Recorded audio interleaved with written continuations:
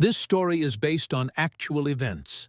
Some details have been changed to protect those involved.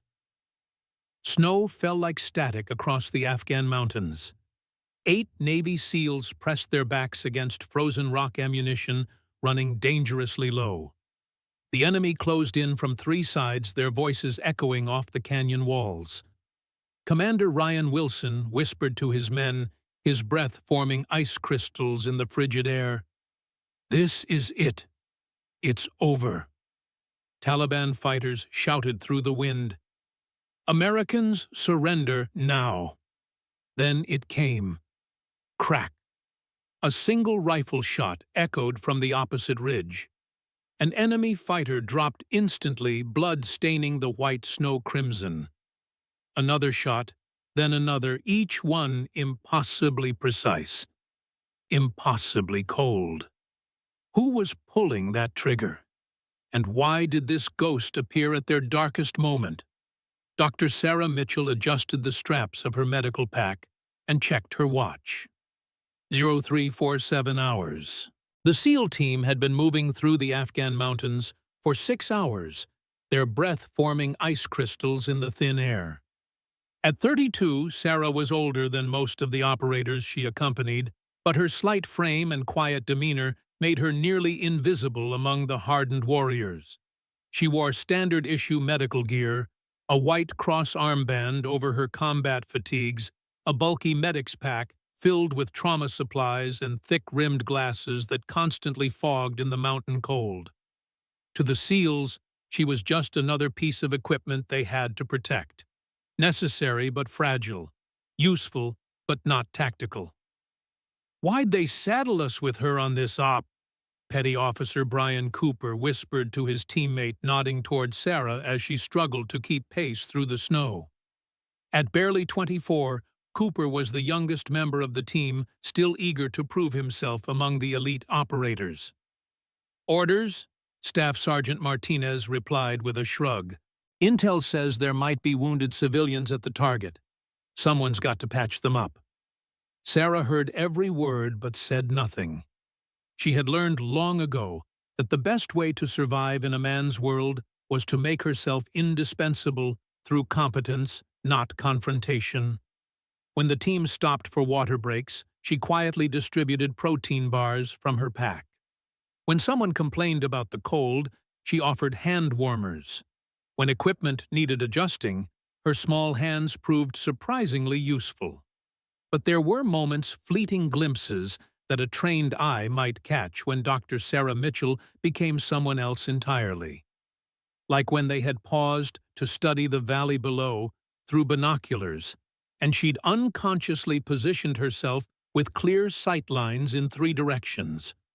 Or when she'd checked her M4 carbine with movement so fluid and practiced that even Martinez, a 15-year veteran, had taken notice. From the shadows of the transport hangar, Colonel James Sullivan watched the team's final preparations with narrowed eyes. At 68, Sullivan was a relic from another era, a living monument to America's clandestine operations during the Cold War. His weathered face bore the marks of decades in the field eyes that had seen too much, witnessed secrets that would never grace the pages of history books. When Sarah adjusted her weapon with that distinctive precision, Sullivan's eyes narrowed. He'd seen that movement before in classified operations across 3 continents in the hands of America's most lethal operators, not in a medic.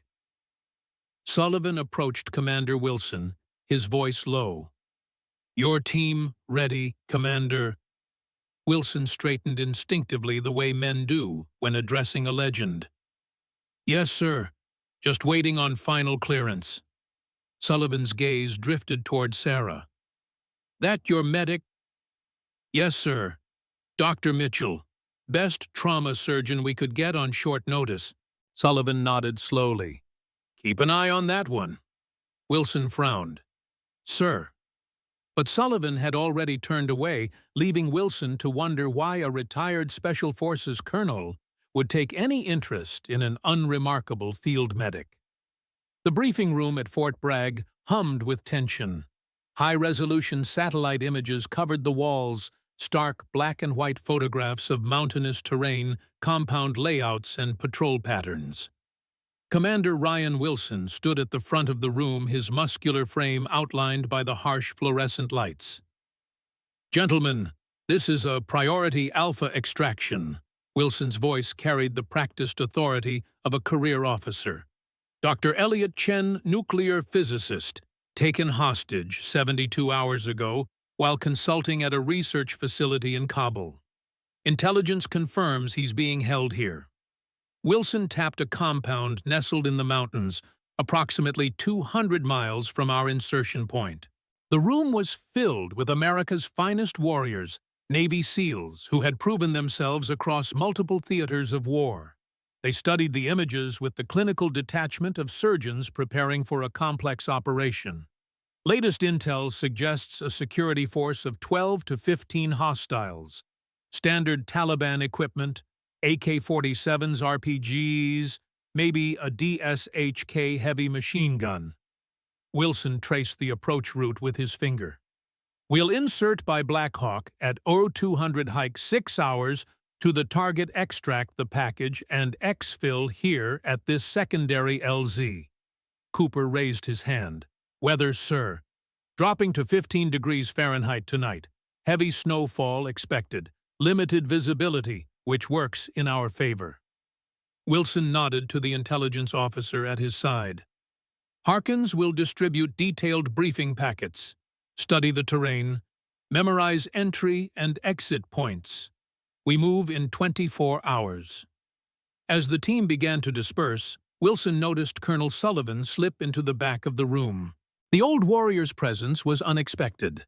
Sullivan had been officially retired for years, though rumors persisted about his continued involvement in off-books operations. Sullivan motioned Wilson over. "I need a word, Commander." They stepped into a small adjoining office. Sullivan closed the door. "Your mission profile is incomplete," Sullivan said, his voice carrying the weight of decades of command. "There's been a change. You'll be taking Dr. Mitchell as your field medic." Wilson frowned. "With all due respect, sir, we already have a combat medic assigned." "He's been reassigned." Sullivan handed Wilson a sealed folder. "Dr. Mitchell's credentials, Harvard Medical School, 5 years with Doctors Without Borders in conflict zones, multiple commendations." "This is irregular, Colonel." Sullivan's expression remained unchanged. "Those are your orders, Commander, straight from the top." Wilson knew better than to argue further. "Yes, sir." As Wilson turned to leave, Sullivan added, "One more thing, Commander. Dr. Mitchell is to be protected at all costs. Priority level, same as your primary package." Wilson's eyebrows rose. "A medic with the same priority as a nuclear physicist. What am I missing here, Colonel?" Sullivan's weathered face revealed nothing.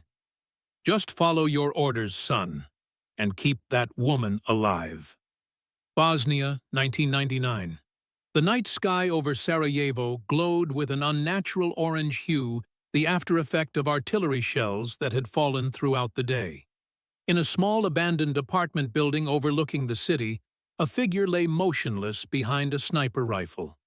Sarah Mitchell, 21 years old, breathed with practiced rhythm, her eye never leaving the scope of her Macmillan TAC-50 long-range rifle.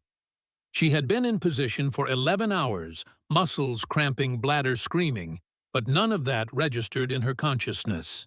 Her world had narrowed to the magnified view through her scope, a villa 3/4 of a mile away, where Viktor Dragovic, Bosnia's most notorious war criminal, was expected to arrive. "Phantom Echo status report," a voice whispered through her earpiece. "Echo in position," Sarah replied, her voice barely audible. "No movement at target location. Intel confirms Dragovic will arrive within the hour. 6-vehicle convoy, lead vehicle, black Mercedes." Sarah made a minute adjustment to her scope. "Copy that." This was her fifth assassination mission with the CIA's Special Activities Unit codenamed Phantom. Officially, the unit didn't exist. Its operators were ghosts, their identities scrubbed from all records, their missions never acknowledged. Sarah had been recruited straight out of basic training when her marksmanship scores broke every record in the book. They called her Echo because she never missed. One shot, one kill. No echo of a follow-up shot needed. The earpiece crackled again. Vehicle approaching from the south. Matches target profile. Sarah's breathing slowed even further. Through her scope, she watched as a black Mercedes pulled into the villa's courtyard. 4 men emerged, surrounding a fifth, a tall man in an expensive coat. Dragovich. She centered her crosshairs on his chest, accounting for distance, wind, and the bullet's drop. Her finger took up the slack in the trigger, applying steady pressure. Echo, you have authorization. Take the shot. Sarah exhaled half a breath and held. The world went silent. She squeezed. The rifle bucked against her shoulder. Through the scope, she saw Dragovich stagger. But something was wrong. He had moved at the last possible moment, turning to speak to one of his guards. Her bullet struck him in the shoulder instead of the heart. Chaos erupted. Dragovich's men scrambled, dragging him back toward the vehicle. Echo, confirm kill, the voice demanded. Negative. Target hit, but mobile. Mobile. Attempting follow-up. Sarah chambered another round, but Dragovich was already inside the Mercedes, his guards returning fire in her general direction. She had missed her one perfect chance. Echo, abort mission. Immediate extraction. Your position is compromised. As if to emphasize the point, a bullet shattered the window 2 feet from her position. They had spotted her muzzle flash. Sarah broke down her rifle with practiced efficiency, slipping the components into a specialized backpack. As she moved toward the emergency exit, her earpiece erupted with frantic chatter. All units be advised. Phantom team is compromised.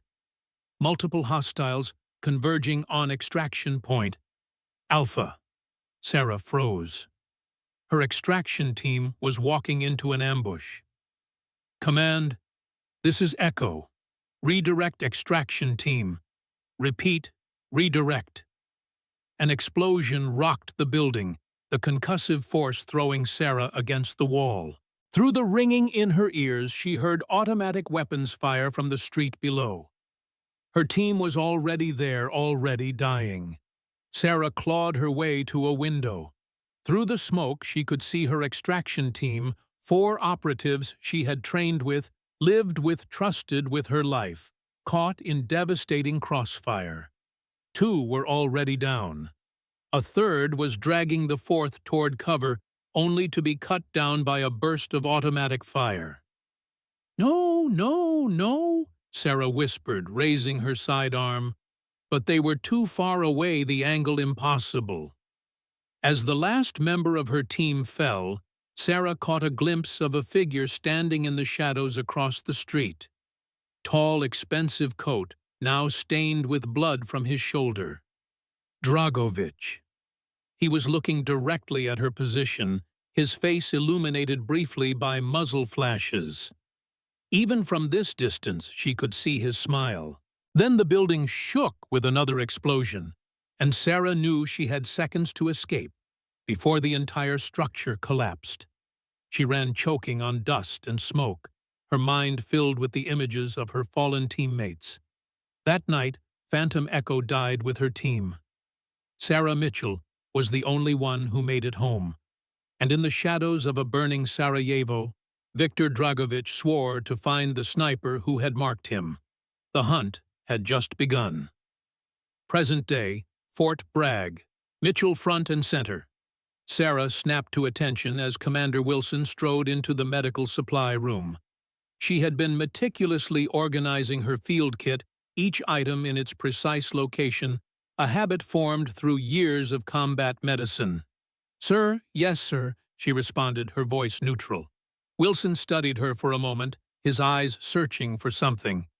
You've been assigned to my team for the Chen extraction. I want to know why.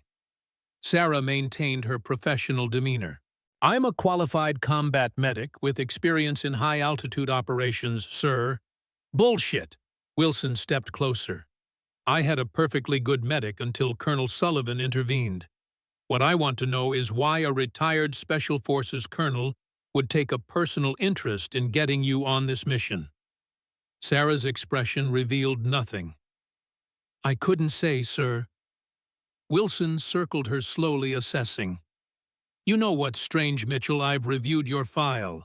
Harvard Medical School, humanitarian work in war zones, exemplary service record. But there's a gap.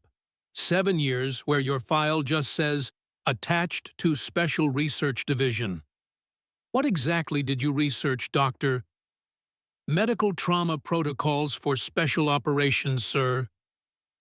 Wilson stopped directly in front of her. I've been doing this a long time, Mitchell. I know when someone's hiding something, and everything about you feels off. The way you move, the way you observe, even the way you packed that medical kit, that's not doctor precision. That's operator precision. Sarah met his gaze without flinching. Is there a question in there, Commander? For a tense moment, they stared at each other, two professionals recognizing something familiar in the other. Wilson finally broke the silence. My mission is to extract Dr. Chen. My responsibility is to bring my team home alive. If you compromise either objective, there will be consequences. Are we clear? Crystal clear, sir. Wilson turned to leave, then paused. Training exercise at 1400. Full kit. I want to see what you're made of, Doctor. After Wilson left, Sarah released a breath she hadn't realized she was holding. She glanced down at her medical kit, at the false bottom she had installed last night, and the disassembled components of an M24 sniper rifle hidden underneath. Some skills never truly fade. They just wait patient as mountain snow for the moment when they're needed again. The training course was brutal by design, a simulated rescue operation with live ammunition firing overhead, explosive charges creating artificial shell holes and battlefield conditions replicated down to the smallest detail. Through smoke and chaos, Sarah moved with professional efficiency, treating simulated wounds on mannequins while maintaining awareness of her surroundings. Cooper watched her with growing irritation. Look at her, he muttered to Martinez.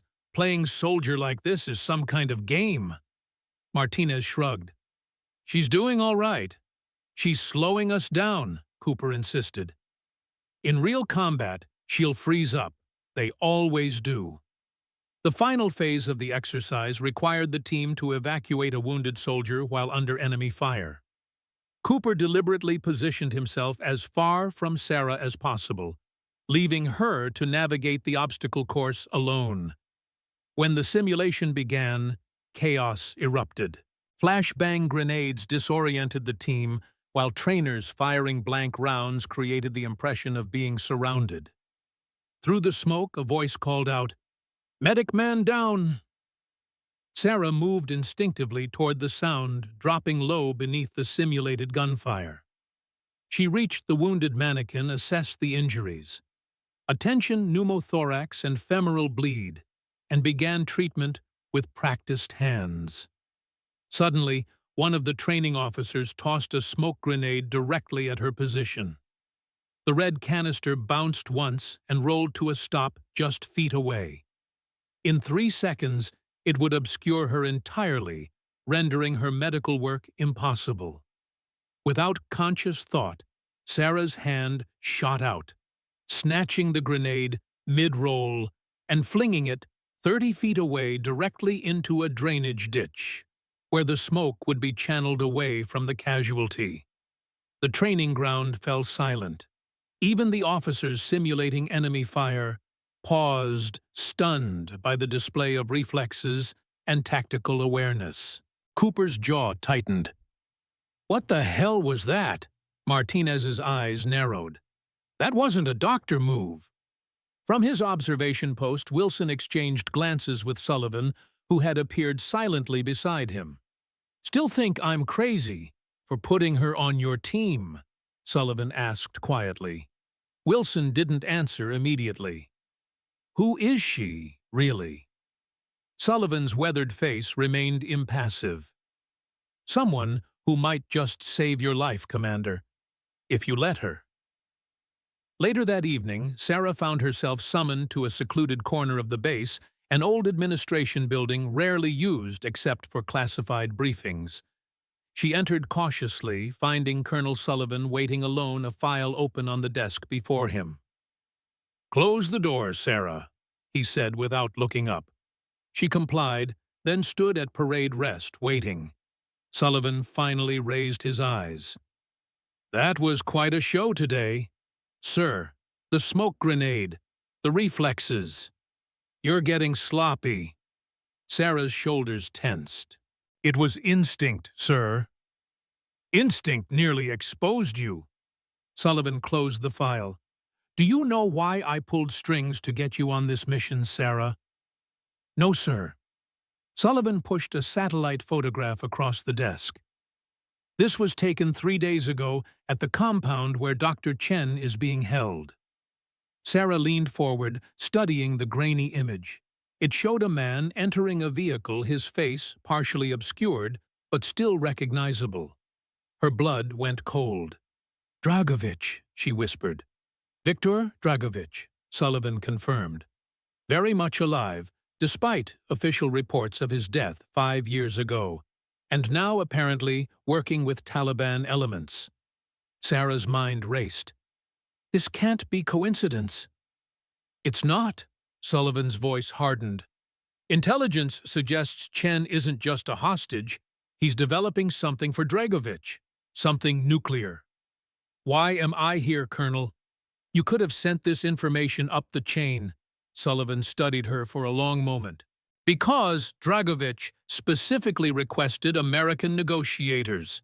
Because every indication suggests this is a trap. And because you're the only person alive who might recognize his tactics before it's too late."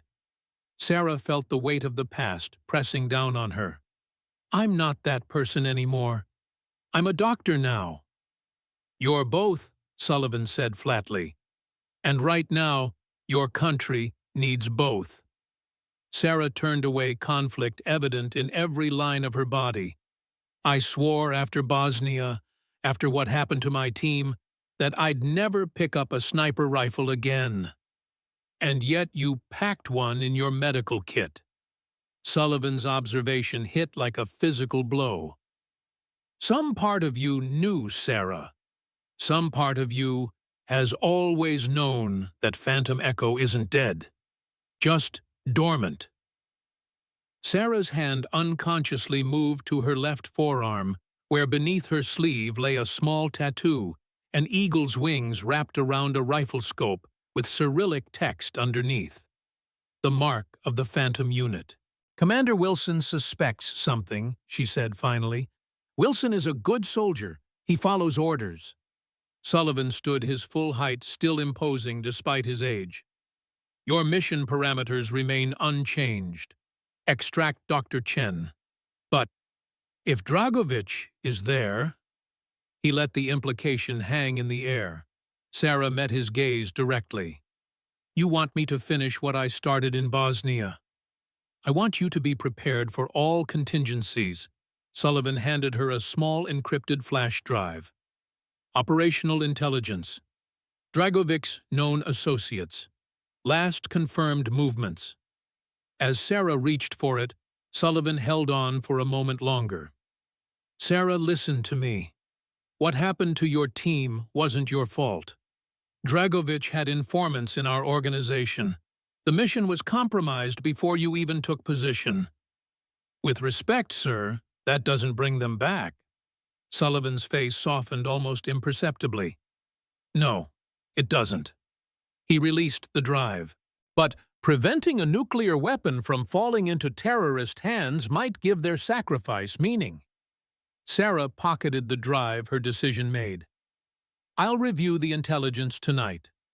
As she turned to leave, Sullivan called after her. "Sarah, when the time comes, don't hesitate again." In her private quarters, Sarah locked the door and swept for surveillance devices, an old habit from her phantom days. Satisfied she was truly alone, she removed a false panel from the bottom of her footlocker, revealing the disassembled components of her M24 sniper rifle. With practiced motions, she assembled the weapon, her fingers remembering each curve and connection. The rifle had been modified extensively, custom trigger, specialized barrel, proprietary scope. In the hands of most soldiers, it was merely an accurate weapon. In Sarah's hands, it was an extension of her will, capable of delivering death with surgical precision at distances that seemed impossible. As she worked the bolt action, memories flooded back. Her father teaching her to shoot when she was 12, starting with a .22 and working up to his old hunting rifle. "Accuracy is a gift, Sarah," he told her. "But choosing when to use it, that's wisdom." Her father had been a legend in Special Forces circles, not that he ever spoke of it. His expertise had been sought by military and intelligence agencies worldwide. He'd trained her not because he wanted her to follow in his footsteps, but because he believed every skill, even killing, could be approached with discipline and honor. Sarah attached the scope and raised the rifle to her shoulder, looking through the optics at the wall across the room. The familiar sensation was both comforting and disturbing, like greeting an old friend she'd hoped never to see again. A soft knock at her door startled her. Quickly, she disassembled the rifle and concealed the components beneath her medical textbooks. "Coming!" she called, composing herself before opening the door. Commander Wilson stood in the hallway, his expression unreadable. "May I come in, Dr.?" Sarah hesitated, then stepped aside.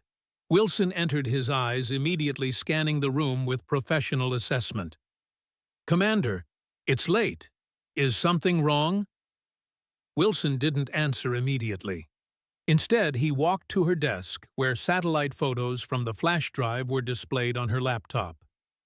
"Reviewing the mission brief." "Yes, sir. Familiarizing myself with the terrain." Wilson nodded slowly. "You know, it's interesting. Most medics study casualty collection points, evacuation routes. You're analyzing sight lines and elevated positions." He turned to face her. "Almost like you're planning sniper positions." Sarah maintained her composure. "Medical evacuation requires clear lines of sight, too, Commander." "Does it?" Wilson stepped closer. "I had a conversation with an old colleague at the Pentagon today. Asked him about special research divisions that might employ doctors with your qualifications." He paused meaningfully. He'd never heard of any such program. Sarah said nothing. "Then I made some calls about Colonel Sullivan's activities during the period missing from your file. Specifically, his involvement with a classified CIA unit operating in the Balkans." Wilson's eyes narrowed. "A unit that suffered catastrophic losses in Bosnia in 1999. All members killed in action, except one." Sarah's hand instinctively moved toward the knife concealed at her waist, another old habit. She caught herself and forced her arm to relax. Wilson noticed. "I'm not here to expose you, Doctor, or whatever you were before you became a doctor." "Then why are you here?" "Because in 24 hours, I'm leading 7 men into hostile territory on a high-risk extraction. I need to know if the person watching our backs is who she claims to be." Wilson's voice hardened. "I need to know if you're an asset or a liability." Sarah considered her options. Denial would only deepen his suspicions.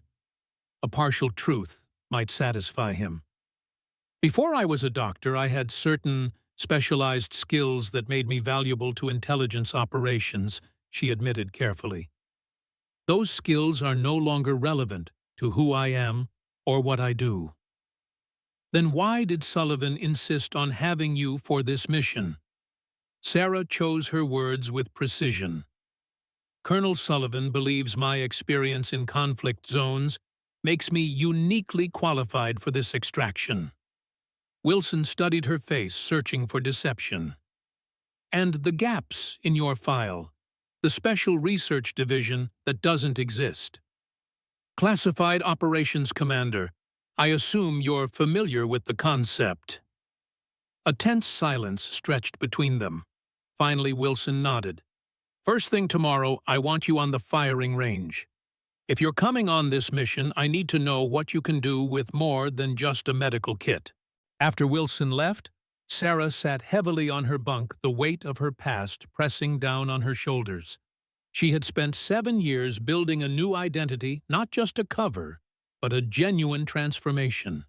She had saved lives instead of taking them. She had found purpose in healing. Now, in the space of a day, everything had changed. Dragovich was alive. The ghosts of Bosnia were stirring, and Phantom Echo was being called back from the dead. Sarah reached beneath her mattress and withdrew a silver chain with a small medallion, a gift from her father before his final mission. She clasped it around her neck, feeling the cool metal against her skin. Tomorrow she would step back into a world she had left behind. A world where her gift for dealing death might be the only thing standing between her team and disaster. The following morning dawned clear and cold. At the firing range, the SEAL team gathered to make final weapons checks before deployment. Cooper nudged Martinez as Sarah approached, carrying her standard-issue M4. "This should be good," Cooper smirked. $10 says she can't hit the broadside of a barn." Wilson silenced them with a look. "Mitchell, demonstrate your proficiency." Sarah took position at the firing line, her movements efficient and economical. She raised the M4, sighted the target, a standard silhouette at 100 meters, and fired a 3-round burst. All 3 bullets struck within an inch of each other directly through the center mass. Cooper's smirk faltered. "Again," Wilson ordered. 300-meter target. Sarah adjusted her aim and fired another burst. Same result, tight grouping, perfect placement. Wilson nodded to the range master, who set up a sniper target at 600 meters, well beyond the effective range of a standard M4. "Once more." Sarah hesitated, aware that showing too much skill would only raise more questions. But Wilson's expression made it clear this was a test she couldn't avoid. She raised the rifle, calculated wind and bullet drop instinctively, and fired a single shot. The bullet struck the target dead center. Silence fell over the range. Even Wilson seemed surprised. "Where did you learn to shoot like that, Doc?" Martinez asked, genuine respect in his voice. Sarah lowered the rifle. "My father taught me. He believed everyone should know how to defend themselves." "Your father must have been one hell of a marksman." Wilson observed his tone, suggesting he understood there was more to the story. "He was," Sarah replied simply. She returned the M4 to the weapons officer, aware that every member of the team was reassessing their assumptions about the quiet doctor. As they prepared to leave the range, Sullivan appeared carrying a small wooden box. He approached Sarah, ignoring the curious glances from the SEAL team. "Dr. Mitchell, a moment." Sullivan opened the box, revealing an old service medallion, the kind awarded to elite marksmen during the Cold War era. "This belonged to your father. He would have wanted you to have it for this mission." Sarah stared at the medallion, recognizing it instantly as her father's most prized possession, a symbol of his service in classified operations that predated even Sullivan's time. With steady hands, she accepted the box. "Thank you, Colonel." Sullivan lowered his voice. "Remember your training, Sarah. All of it. These men are going to need every skill you possess before this mission is over." As Sullivan walked away, Cooper appeared at Sarah's side, his earlier skepticism replaced by curiosity. "Your old man was Special Forces." "Something like that," Sarah replied, carefully placing the medallion in her pocket. Cooper seemed about to press for details when Wilson called the team to attention. "Gear up. Transport leaves in 3 hours. Final briefing in 30 minutes. As the team dispersed, Wilson held Sarah back. "One last thing, Doctor. During the mission, if you see or hear anything that seems relevant to the operation's success, anything at all, I expect you to tell me immediately, no matter what Colonel Sullivan may have instructed you otherwise." Sarah met his gaze directly. "My priority is the safety of this team commander. Nothing else." Wilson studied her for a long moment, then nodded. "Good, because whatever game Sullivan is playing, I won't let my men be sacrificed as pawns." As Sarah walked away, she felt the weight of the medallion in her pocket and the heavier weight of the disassembled sniper rifle hidden in her medical kit. Wilson was right to be concerned. There was a game being played here, but it had started long before this mission in the blood-soaked streets of Bosnia, and Sarah feared they were all pawns, herself included. In the shadowy confines of a mountain hideout, Viktor Dragovich studied satellite imagery of the American base at Bagram. At 55, he remained an imposing figure, tall, broad-shouldered, with the hard eyes of a man who had ordered countless deaths without remorse. The scar on his left shoulder, where Sarah's bullet had struck him years before, was a constant reminder of unfinished business. "The Americans are preparing a rescue team," his intelligence officer reported. "Navy SEALs departing within hours." Dragovich's lips curved into a cold smile. "Right on schedule."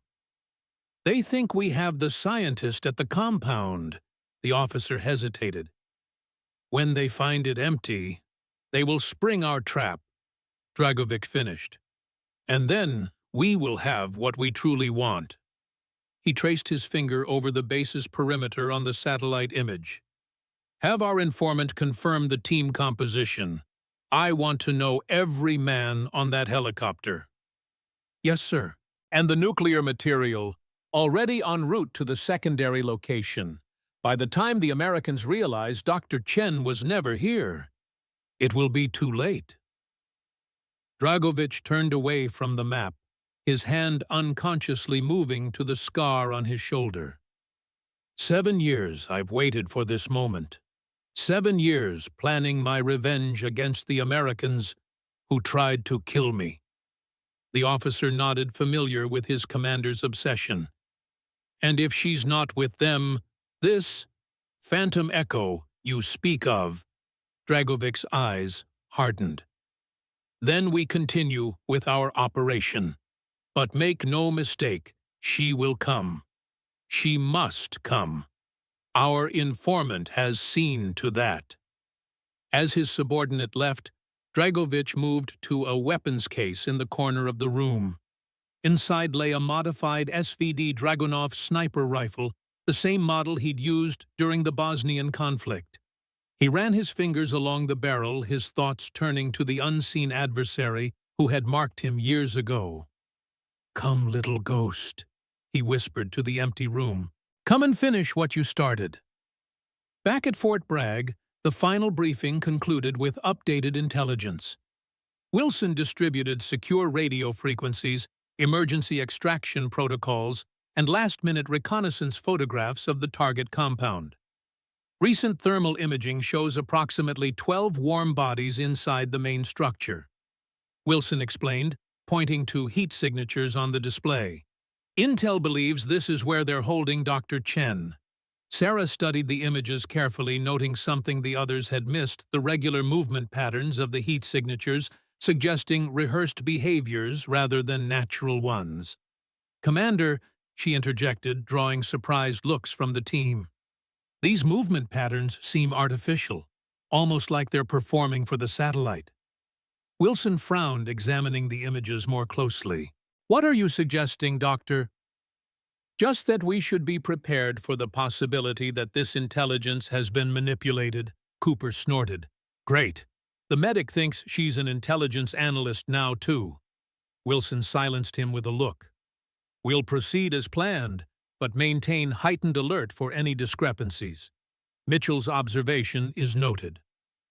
As the team filed out to prepare for departure, Sarah felt a growing unease. The compound layout, the reported security patterns, everything felt too convenient, too perfect. Just like Bosnia. Just like the night her team died. She paused at the door, turning back to Wilson. "Commander, one more thing. If I may." Wilson nodded for her to continue. "The extraction route through this valley," she pointed to the map. "It's a natural choke point. If I were setting up an ambush, that's where I'd do it." Wilson's eyes narrowed. "And what would you suggest, Doctor?" Sarah traced an alternate route on the map, a more difficult path through higher elevation, but with better visibility and multiple escape options. "This ridgeline offers superior tactical advantage. Harder climb, but lower risk of ambush." The room had gone silent, every SEAL staring at the quiet medic who was suddenly talking tactical strategy like a seasoned operator. Wilson studied the proposed route, then looked back at Sarah. "That's exactly the alternate route I was considering." His tone suggested both approval and deepening suspicion. "You've got a good eye, Mitchell." "Thank you, sir." Sarah turned to leave, feeling the team's eyes boring into her back. She had revealed too much, shown too much of Phantom Echo, and not enough of Dr. Mitchell. But if her instincts were correct, if Dragovich was truly setting a trap, then her specialized knowledge might be the only thing keeping this team alive in the hours to come. As she walked across the tarmac toward the waiting Blackhawks, Sarah felt a presence beside her. Sullivan had appeared, matching her stride. "You sensed it," he said quietly. "The trap." Sarah nodded almost imperceptibly. "Same playbook as Bosnia. He's expecting us." "Us or you?" Sarah's steps faltered momentarily. "You think he knows I'm coming?" Sullivan's weathered face revealed nothing. "I think Dragovich has spent 7 years preparing for the possibility, just as you've spent 7 years running from it." They reached the helicopter's rotors, already spinning up for departure. "This isn't just about Chen, is it?" Sarah had to raise her voice over the increasing rotor wash. "Or even Dragovich?" Sullivan reached into his jacket and withdrew a sealed envelope. "Open this once you're in the air, not before." Sarah accepted the envelope, feeling its weight too heavy for mere paper. "What is this insurance?" Sullivan replied cryptically. "And perhaps redemption." Before she could press further, Wilson called from the helicopter door. "Mitchell, we're wheels up in 2 minutes." Sullivan stepped back, offering a formal salute that seemed to encompass more than just military protocol, a gesture of respect from one warrior to another. "Good hunting, Phantom Echo." Sarah returned the salute, then turned and jogged to the waiting helicopter, the sealed envelope secure in her pocket, alongside her father's medallion. As she climbed aboard, Cooper moved aside to make room, his earlier disdain somewhat tempered by her performance in the briefing. "So, Doc," he said as she strapped in, "any other hidden talents we should know about?" Sarah secured her medical kit with its deadly secret compartment between her feet. "Just focus on staying alive, Cooper. That's talent enough for one day." The Black Hawk lifted off, banking sharply toward the mountains. Below, Sullivan watched until the helicopters disappeared into the night sky, his expression troubled.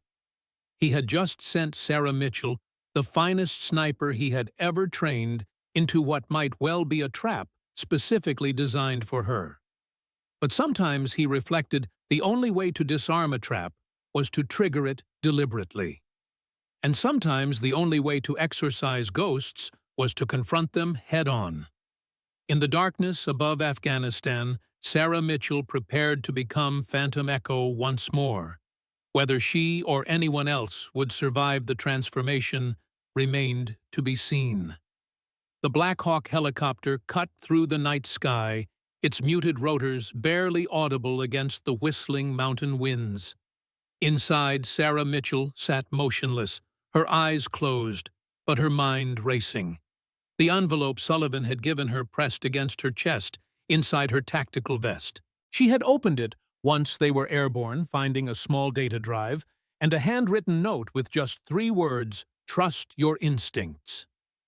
10 minutes to drop zone. The pilot's voice crackled through their headsets. Commander Wilson performed a final equipment check, his practiced hands verifying each piece of gear. "Remember, we move fast, we move quiet. Comms discipline at all times." Sarah felt the weight of the M24 components hidden in her medical kit. The knowledge of their presence was both comforting and disturbing, like carrying a piece of her former self into battle. Cooper leaned toward her, his earlier hostility softened by curiosity. "First combat drop, Doc." "Something like that," Sarah replied, keeping her voice neutral. Cooper studied her face. "You don't seem nervous." "Wouldn't help if I was."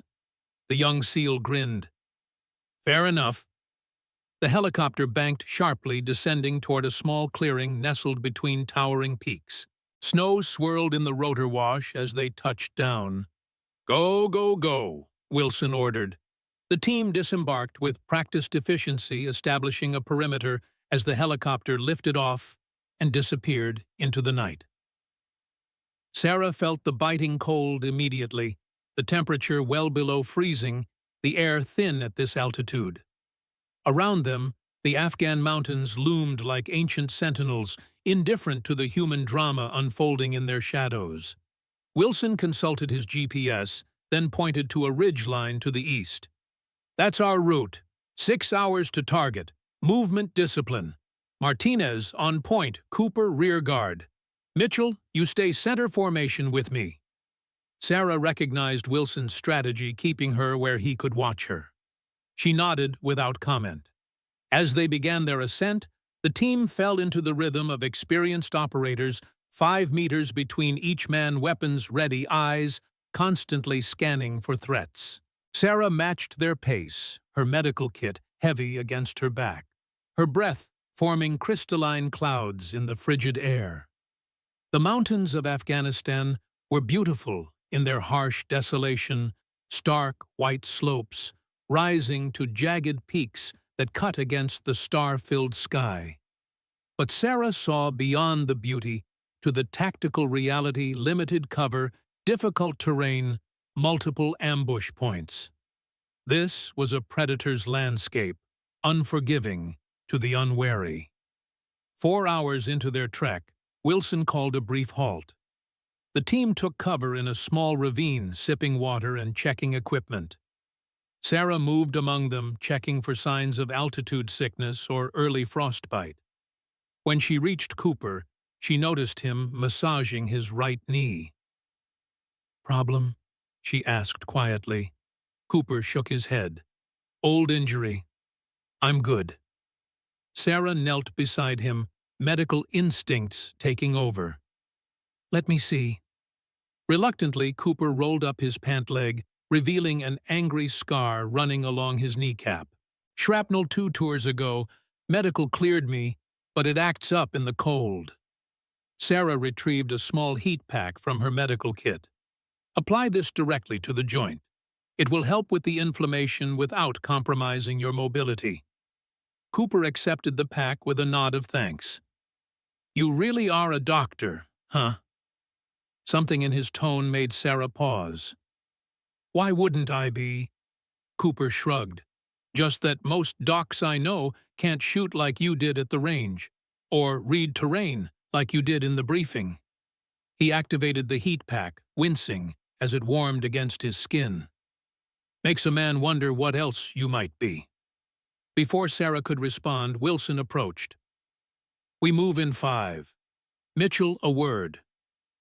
Sarah followed Wilson to the edge of the ravine where they could speak privately. "Your alternate route is paying off," Wilson admitted, gesturing to the ridgeline they'd been following. "Good call." "Thank you, sir." Wilson studied her face in the moonlight. "That wasn't just a lucky guess, was it? You've been here before. Sarah chose her words carefully. I've worked in similar terrain. As a doctor, the question hung between them, loaded with suspicion. Sarah met his gaze steadily. In my previous capacity, Commander. Wilson seemed about to press further when Martinez appeared at his side. Sir, you need to see this.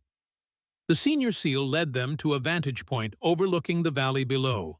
Through night vision goggles, Sarah could make out vehicle tracks in the snow, recent heading toward their target. Heavy traffic, Martinez observed. More than we expected for a small outpost. Wilson frowned. Could be reinforcements, or a shift change. Sarah studied the tracks, noting their spacing and depth. Those aren't standard Taliban vehicles. The wheelbase is too wide, the tread pattern wrong. She pointed to distinct impressions in the snow. Those are Russian-made BTR-80s, armored personnel carriers. Wilson lowered his goggles, staring at her. And you know this, how exactly? Sarah realized her mistake too late. A doctor wouldn't recognize military vehicle tracks at a glance. I worked with refugees who described them. Wilson's expression made it clear he didn't believe her. We'll discuss this later. For now, we adjust our approach. If they've brought in APCs, we can expect heavier resistance than intel suggested. As they rejoined the team, Sarah felt Wilson's eyes on her, watching, assessing, recalculating. She had revealed too much, allowed Phantom Echo to emerge where Dr. Mitchell should have been. But something else troubled her more deeply, the presence of Russian equipment at a Taliban outpost. It wasn't standard procedure. It suggested outside support, sophisticated planning. It suggested Dragovich. Colonel James Sullivan stood in the dimly lit command center at Bagram Air Base, his weathered face illuminated by the blue glow of multiple monitors. Satellite feeds displayed the SEAL team's progress through the mountains, 8 thermal signatures moving with practiced precision along the ridge line. They've taken Mitchell's suggested route, observed the intelligence officer beside him. Smart move. Avoids the most obvious ambush points. Sullivan nodded, but his mind was elsewhere. On another screen, analysts were reviewing new intelligence communications intercepts, suggesting unusual activity around the target compound. What do we have on these vehicle movements? Sullivan asked, pointing to satellite imagery of the convoy Sarah's team had spotted. The intelligence officer hesitated. Unclear, sir. They're not matching known Taliban transport patterns. Because they're not Taliban, Sullivan muttered. At least not just Taliban. He moved to a secure terminal, entering his clearance codes to access classified files. The screen filled with surveillance photographs Viktor Dragovich at various locations across Eastern Europe and the Middle East over the past 5 years. The timeline that emerged told a disturbing story. After his supposed death, Dragovich had reappeared in Ukraine, then Syria, always in proximity to Russian military or intelligence operations. More recently, he'd been photographed meeting with known arms dealers specializing in nuclear materials. Sullivan's jaw tightened. This wasn't just about a scientist anymore. It wasn't even about Sarah and Dragovich's personal vendetta. This was something bigger, potentially a nuclear threat, orchestrated by a man with nothing to lose. He reached for a secure phone. Get me JSOC Command Priority Alpha. Authorization Sullivan November Echo 3. He waited for the connection. This is Colonel Sullivan. I need immediate air support assets redirected to grid coordinates. He rattled off the location of the SEAL team. Potential situation developing. Stand by for emergency extraction. The voice on the other end questioned the request. Sullivan's response was clipped. Because I believe we've sent our team into a trap, son, and I intend to make sure they come home alive. Halfway across the world, in a secure command bunker beneath the Pentagon, General Robert Harris studied the intelligence summary on his desk. The report detailed Colonel Sullivan's unusual interest in the Chen extraction mission, his insistence on including Dr. Sarah Mitchell, and his recent request for emergency air support. "What do we know about this Mitchell woman?" Harris asked his aide. "Medical doctor, sir. Exemplary service record." Prior to that, the aide hesitated. "There's a classified period in her file. 7 years attached to an operation code-named Phantom." Harris's head snapped up. "Phantom, are you certain?" "Yes, sir." "Does that mean something to you?" The general leaned back, memories surfacing from 20 years earlier, a classified briefing about a CIA sniper unit with unprecedented success rates in the Balkans. A unit that officially never existed. "It means Sullivan isn't telling us everything." Harris stood straightening his uniform. "And it means we may have just sent a highly valuable asset into extremely hostile territory without adequate protection." The aide looked confused. "Sir, it's a standard extraction. 8 SEALs for 1 scientist." "No," Harris said grimly. "If Mitchell is who I think she is, then this mission is about something else entirely." He turned to his communications officer. "Get me a secure line to our asset in Afghanistan. Authorization code Tango Echo 7. As the officer complied, Harris stared at the satellite imagery of the Afghan mountains. Somewhere in that frozen wilderness, a drama was unfolding that went far beyond a simple hostage rescue, and he had a sinking feeling that not everyone involved would be coming home alive. The night deepened as Sarah and the SEAL team continued their approach. The temperature had dropped further, the cold seeping through layers of tactical gear to chill skin and stiffen muscles. Their breath hung in the air like ghost signals, visible proof of life in the killing cold. They paused at the edge of a steep ravine, the target compound now visible in the distance, a cluster of mud brick buildings nestled in a small valley, lights glowing faintly through covered windows. Wilson deployed a thermal scope, scanning the structures. "I count 17 heat signatures, more than we expected." Sarah peered through her own optics, noting the regular patrol patterns along the compound perimeter. Too regular, too practiced. These weren't typical Taliban fighters, with their often haphazard security procedures. These were trained professionals. "Sir," she said quietly, "these movement patterns suggest special forces training." Wilson glanced at her. Meaning we might be dealing with more than just Taliban extremists." Sarah hesitated, then added, "Possibly Spetsnaz-trained mercenaries."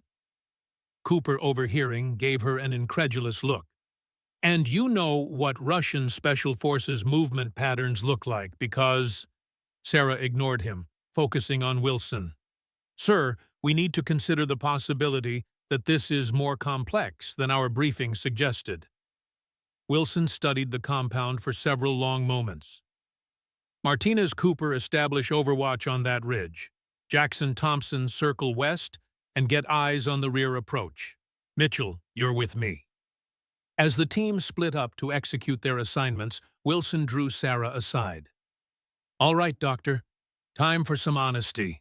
You've been identifying Russian equipment, spotting Special Forces movement patterns, and suggesting tactical adjustments like a seasoned operator. Either you're the most observant medic in history, or you're something else entirely." Sarah met his gaze steadily. "What matters right now is extracting Dr. Chen safely. My background is irrelevant to that mission." "It's relevant if you're compromising my team's safety by withholding critical information."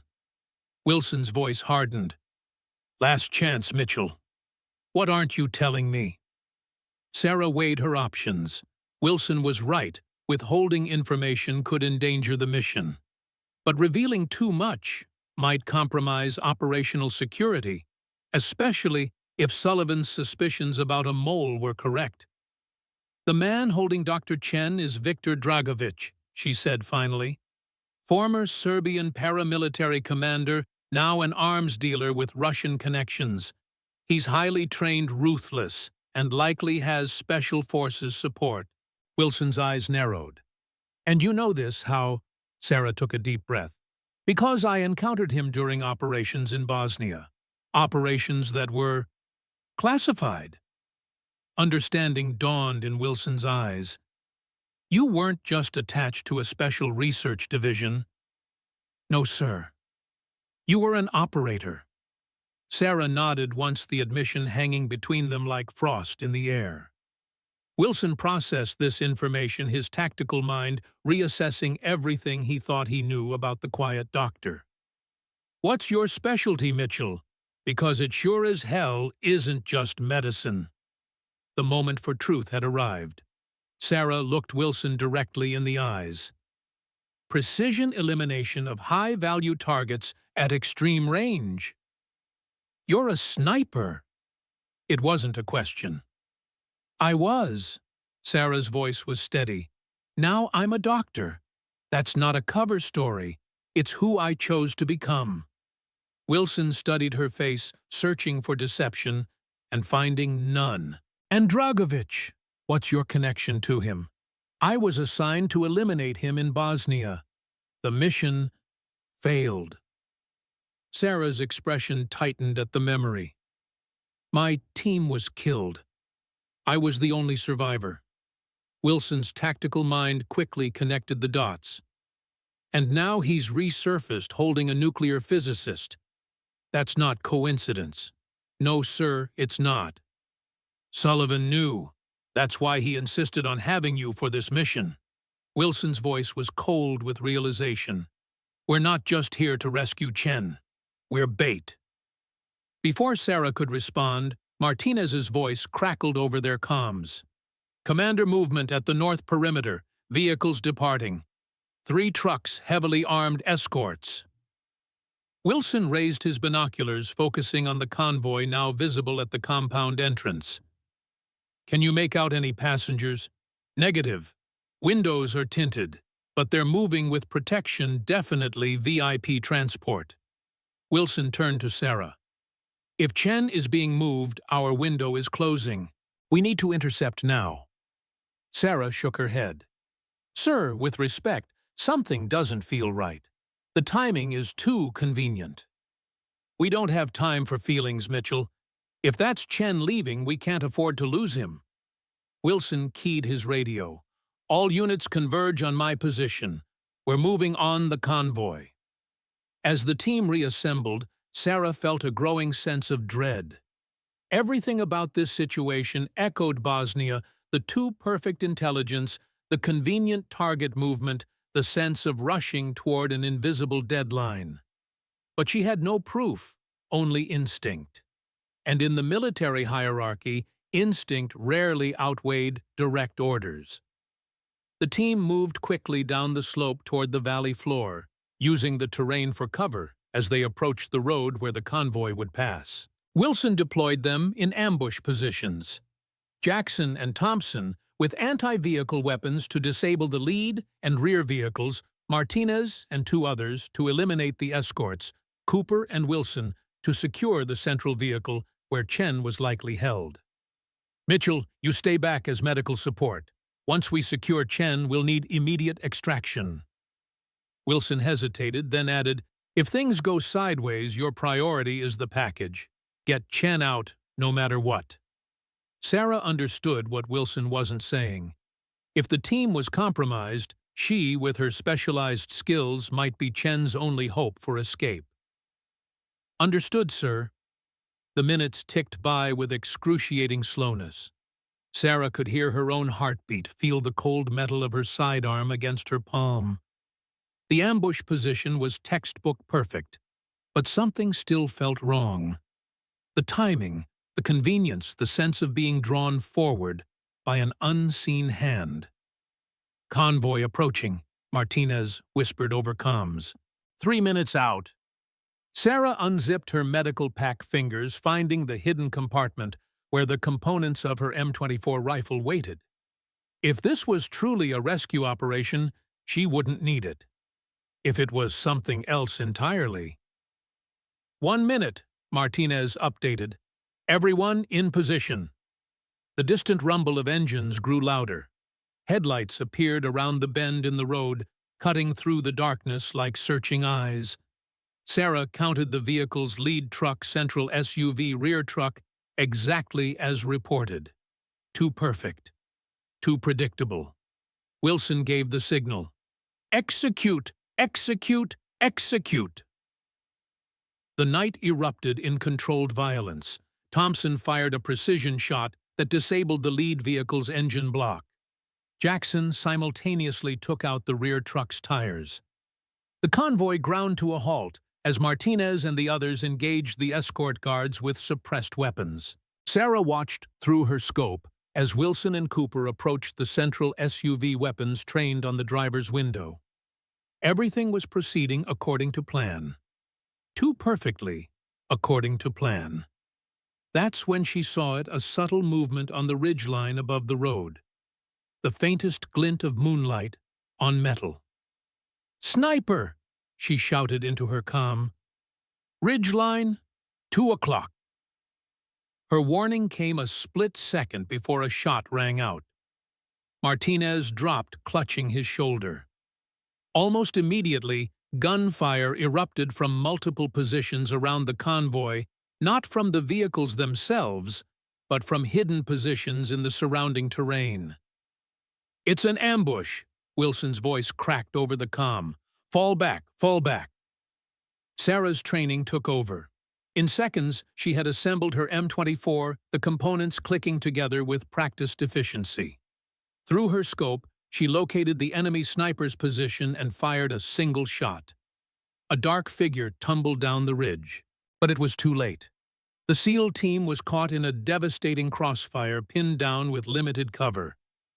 Cooper dragged the wounded Martinez behind one of the disabled vehicles, returning fire with desperate intensity.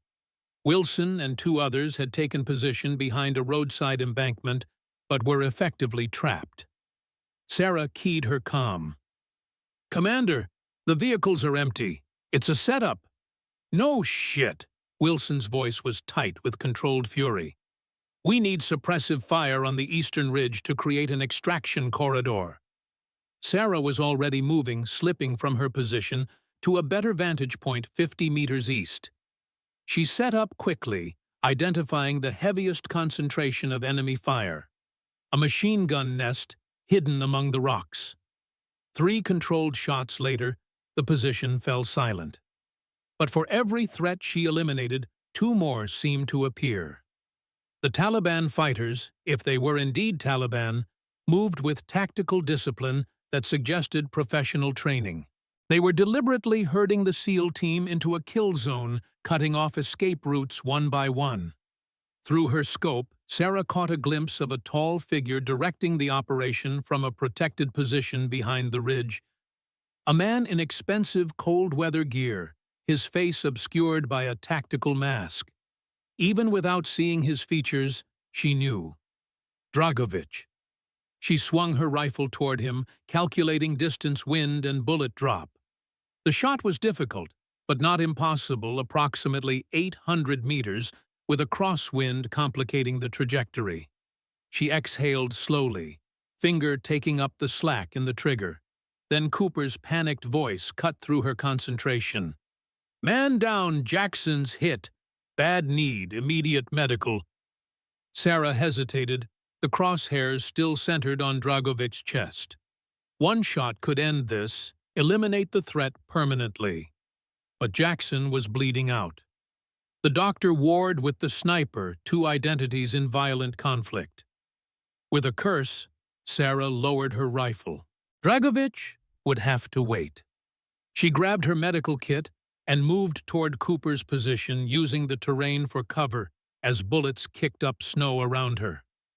"Hang on, Jackson," she muttered. "Just hang on." In the command center at Bagram, Sullivan watched the operation unraveling with growing alarm. The satellite feed showed the SEAL team surrounded, taking fire from multiple directions. What had been a simple extraction had become a desperate fight for survival. "Get me communications with Wilson," Sullivan ordered, his voice tight. The communications officer shook his head. "Negative, sir. They've gone radio silent, standard protocol when ambushed." Sullivan stared at the thermal signatures on the screen. His operators pinned down one already showing the cooling body temperature of a serious wound. Or worse. And there, moving between positions with remarkable speed and precision, a single figure that could only be Sarah. "What's the ETA on our air support?" 40 minutes, sir. Weather's deteriorating." Sullivan slammed his fist on the console. "Not good enough. They'll be dead by then." He turned to his intelligence officer. "What about the data drive I gave Mitchell? Has she accessed it yet?" "No indication of data transmission, sir. She may not have had the opportunity." Sullivan's weathered face showed rare emotion, concern bordering on fear. "Then she doesn't know. God help her, she doesn't know what she's really facing." The officer looked confused. "Sir," Sullivan stared at the satellite feed, watching as Sarah's thermal signature reached the wounded SEAL. "Dragovic isn't just after Chen or even revenge against Sarah. He's after something much bigger. And I've just sent the only person who could stop him directly into his trap." Sarah reached Jackson, finding Cooper applying desperate pressure to a chest wound. Blood had already soaked through the makeshift bandage, turning black in the moonlight. "Bullet hit just above his plate," Cooper explained, his young face strained with fear for his teammate. "I can't stop the bleeding." Sarah's medical training took over. She cut away Jackson's tactical vest, revealing a sucking chest wound. The bullet had penetrated his lung. Working with practiced efficiency, she applied a specialized occlusive dressing, then administered clotting agents and morphine for the pain. "He needs evacuation now," she told Cooper. "This is temporary at best." Cooper's expression was grim. "In case you hadn't noticed, Doc, we're a little surrounded at the moment." Sarah scanned their position. They were pinned down behind one of the disabled trucks, enemy fire coming from at least 3 directions. Wilson and the others were trapped 50 meters away, unable to reach them without crossing a kill zone. "We need to create a diversion," Sarah decided. "Something to draw their fire long enough for us to move Jackson to better cover." Cooper checked his ammunition. "I'm down to my last mag. Not much good for a diversion." Sarah reached into her pack and withdrew a small device Wilson wouldn't have authorized had he known about it, a specialized flashbang grenade designed to create maximum disorientation with minimal risk of starting a fire. Cooper's eyes widened. "Where the hell did you get that? That's not standard medical equipment." "Would you believe it helps with difficult patients?" Sarah forced a tight smile. "On my signal, throw this as far as you can toward the eastern ridge. When it detonates, move Jackson. I'll provide cover." "What about you?" Sarah checked her M24. "I'll be right behind you." Cooper looked skeptical but nodded. Sarah counted down and Cooper hurled the device with all his strength. When it detonated, the night sky lit up with blinding intensity, accompanied by a concussion wave that temporarily disoriented anyone looking in that direction. "Now," Sarah ordered. Cooper lifted Jackson in a fireman's carry and moved as quickly as possible toward Wilson's position. Sarah provided covering fire, her rifle speaking with deadly precision whenever an enemy fighter revealed their position. They had almost reached safety when a new threat emerged, a second sniper, this one positioned to catch them in a crossfire. Sarah detected the threat a split second before they fired, throwing herself into Cooper and Jackson, knocking all 3 of them behind a rocky outcropping as bullets impacted where they had just been standing. "Stay down," she commanded, rolling into position and acquiring the new threat through her scope. The enemy sniper was good, professional level good, but Sarah was better. She controlled her breathing, tracked the subtle movement behind a distant boulder, and fired. The enemy sniper's rifle clattered down the ridge, followed by its owner. Cooper stared at her with newfound respect. "Holy shit, Doc." They reached Wilson's position where Thompson was already treating Martinez's shoulder wound. Wilson took one look at Sarah's sniper rifle and his expression hardened. "I believe we're overdue for a conversation, Doctor." Later, Sarah insisted, kneeling to check Jackson's condition. "Right now, we need to establish a defensive perimeter and call for emergency extraction." Wilson nodded grimly. "Already tried. Comms are being jammed. We're on our own." Sarah assessed their situation with cold, tactical precision. They were effectively surrounded with limited ammunition and 2 wounded men. The enemy had superior numbers, better positions, and the advantage of having planned this ambush meticulously. "They're not trying to kill us," she realized aloud. "They could have done that already. They're hurting us." Wilson frowned. "What do you mean?" "The pattern of fire, it's deliberately pushing us east toward that canyon." Sarah pointed to a narrow pass between 2 ridges. "That's where they want us." "Why?" "Because it's the perfect kill box." Sarah's mind raced through possibilities. "Or because that's where Dragovic is waiting." Wilson processed this information quickly. "If we can't go east and we can't stay here, that leaves north or west." Sarah studied the terrain. "West takes us back toward the compound, likely heavily defended. North?" She traced the ridge line with her finger. "There's a series of caves in those mountains. If we can reach them, we might be able to establish a defensible position and wait for extraction." Wilson nodded decisively. "North it is. Cooper Thompson, you're on stretcher duty for Jackson. Martinez can walk. Mitchell." He glanced at her rifle. "You've just been promoted to Overwatch. Clear our path." Sarah accepted the assignment with a short nod. It was a tacit acknowledgement of her true skills, an admission that right now they needed Phantom Echo more than they needed Dr. Mitchell. As they prepared to move, Sarah checked Jackson's vitals one last time. His pulse was weak but stable. His breathing labored but consistent. The occlusive dressing was holding, but he needed proper medical care soon. "Hang in there," she whispered, giving his hand a squeeze. "We're getting you home." They began their desperate trek north, Sarah moving ahead to secure their route, eliminating threats before the main group arrived. Each shot was calculated, each movement precise. She had fallen back into the rhythms of her former life, with disturbing ease, as if the 7 years of healing and redemption had been nothing but a brief interlude. Behind her, Cooper watched with a mixture of awe and unease.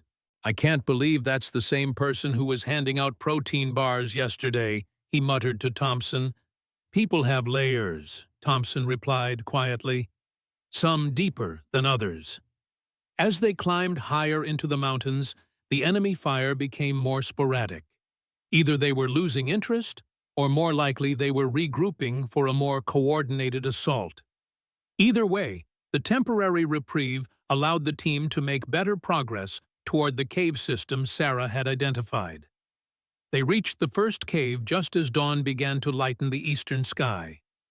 Wilson deployed Thompson and Cooper to secure the perimeter while he helped Martinez establish a makeshift medical station for Jackson.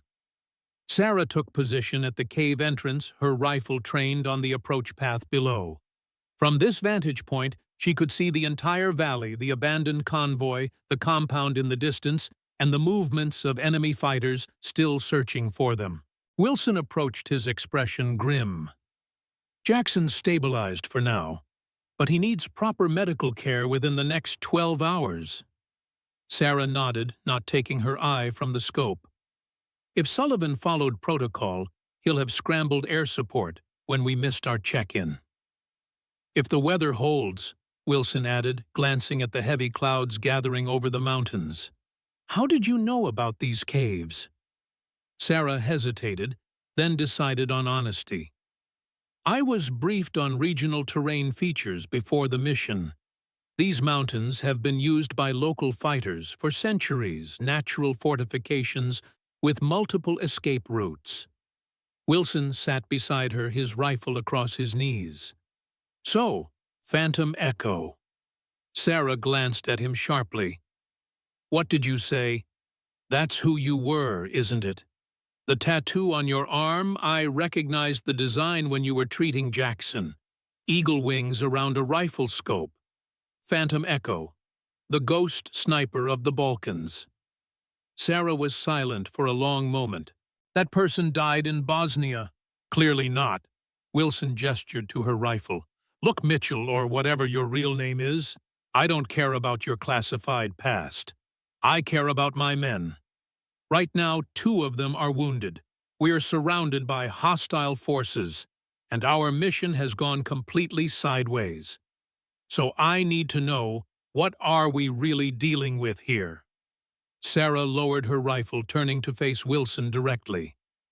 Viktor Dragovic, former Serbian paramilitary commander, now an arms dealer with connections to Russian intelligence. 7 years ago, I was assigned to eliminate him during operations in Bosnia. I wounded him, but failed to complete the mission. My entire team was killed in the aftermath. And now he's back holding a nuclear physicist hostage. Wilson's expression darkened. What does he want with Chen? I don't know, but I doubt it's just about ransom. Sarah frowned, remembering the data drive Sullivan had given her. Maybe Sullivan knew more than he told me. She reached into her vest pocket and withdrew the small device. It was a specialized encrypted drive, military grade, designed to work with standard tactical tablets. Sarah retrieved hers from her pack and inserted the drive. The screen flickered, then displayed a file directory. Most were intelligence briefings about Dragovic's activities over the past 7 years, his connections to Russian military intelligence, his involvement in arms dealing across Eastern Europe and the Middle East. But one file stood out, a video dated just 3 days earlier. Sarah opened it, and Sullivan's weathered face appeared on the screen. Sarah, if you're watching this, then things have likely gone wrong. Sullivan's recorded voice was grave. There's more to this mission than extracting Chen. Intelligence suggests Dragovic has acquired weapons-grade uranium from former Soviet stockpiles. Chen isn't just a hostage, he's being forced to design a portable nuclear device. Wilson cursed softly beside her. Sullivan continued, We believe Dragovic intends to sell this device to the highest bidder, likely terrorist organizations targeting American interests. The extraction mission is real, but it's also cover for something more critical, locating and securing that nuclear material before it disappears into the black market. The video continued with technical details, possible storage locations, radiation signatures to watch for emergency protocols if the material was located. Sullivan concluded with a personal message. Sarah, I know what I'm asking. I know the cost you've already paid, but you're the only one with the skills and knowledge to stop Dragovic. Complete your mission. All of it. Sullivan out. The screen went dark. Sarah and Wilson sat in stunned silence, the implications settling over them like the gathering storm clouds. Jesus Christ, Wilson finally said. We're not just looking for a scientist. We're trying to prevent a nuclear terror attack. Sarah's mind raced through the new information, reassessing everything. The convoy was a diversion. If Chen is building a device, they wouldn't move him. They'd need a stable environment, power, specialized equipment. The compound, Wilson realized. He's still there, along with whatever nuclear material Dragovic has acquired. Sarah checked her watch. If Sullivan's intelligence is correct, we don't have much time. Once the device is complete, Dragovic will move it immediately. Wilson considered their options. We can't go back with 2 wounded men and limited ammunition. We need that air support. The comms jamming is centered on our position, Sarah pointed out. If one of us could get high enough above the jamming field, we might be able to call in extraction for the wounded and reinforcements for a second attempt at the compound. Wilson nodded slowly. And by one of us, you mean you. Sarah met his gaze steadily. I'm the most qualified, and I have unfinished business with Dragovich. Wilson studied her face, seeing beyond the quiet doctor to the skilled operative beneath. This isn't about revenge, Mitchell. It's about the mission. I know the difference. Sarah began checking her equipment, preparing for a solo journey. Get the wounded ready for transport. I'll reach the peak call in air support, then proceed to the compound for recon. Negative. Too risky. Wilson's voice carried the authority of command. You call in support, then you wait for reinforcements. That's an order. Sarah paused, then nodded. Understood, sir. But they both knew the lie when they heard it. In a secure room beneath the compound, Viktor Dragovich watched Dr. Chen work with meticulous precision on the device that would soon bring America to its knees. The physicist's hands trembled slightly, not from technical difficulty, but from the moral weight of what he was creating. How much longer? Dragovich demanded. Chen didn't look up from his work. 6 hours, perhaps less. The triggering mechanism is delicate. Dragovich smiled coldly. America's greatest minds building weapons for their enemies. There's poetry in that, don't you think, Doctor? Chen remained silent, focusing on the deadly device taking shape before him. Dragovich's radio crackled. Sir, the Americans have taken refuge in the northern caves. They have casualties. And the woman, the medic, still with them. She's proven formidable. 3 of our snipers eliminated. Dragovich's smile widened. She always was. Continue monitoring, but do not engage further. Let them think they've found safety. He turned back to Chen. Finish your work, Doctor. Our timeline has accelerated. As Chen continued his grim task, Dragovich moved to a small table where a single item lay, a worn photograph showing a young woman in military fatigues standing beside a sniper rifle. Sarah Mitchell, 7 years younger before she'd tried to kill him, before she'd scarred him, before she'd become his obsession. Soon, he whispered to the photograph. Soon, we finish our dance. Sarah climbed the treacherous mountain path alone, her rifle slung across her back, her breathing measured despite the thin air. The peak loomed above her, a jagged spire reaching toward storm clouds that threatened snow within hours. Each step took her further from Dr. Mitchell and closer to Phantom Echo. The transformation wasn't just physical, it was psychological, a shift in mindset from healer to hunter. The weight of her rifle no longer felt foreign. The tactical calculations came automatically. The heightened awareness of her surroundings, every sound, every movement, every potential threat, was as natural as breathing.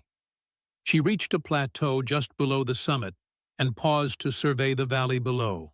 From this height, she could see everything: the compound, the cave where Wilson and the others waited, the patterns of enemy patrols still searching the mountainsides.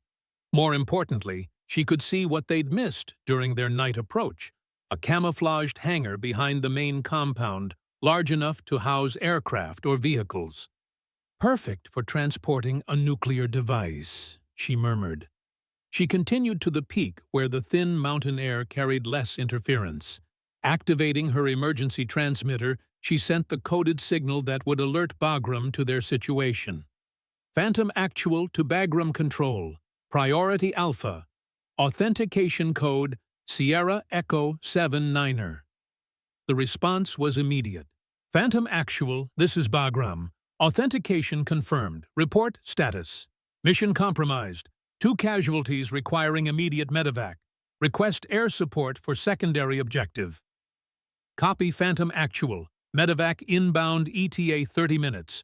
Weather window closing fast. Air support pending authorization. Sarah provided coordinates for the cave where Wilson and the others waited, then added, "Be advised, target location may contain nuclear materials. Repeat possible nuclear materials at the compound. Dragovic confirmed on site." A new voice came over the comm Sullivan. "Phantom, this is Control Actual. Confirm you received the intelligence package."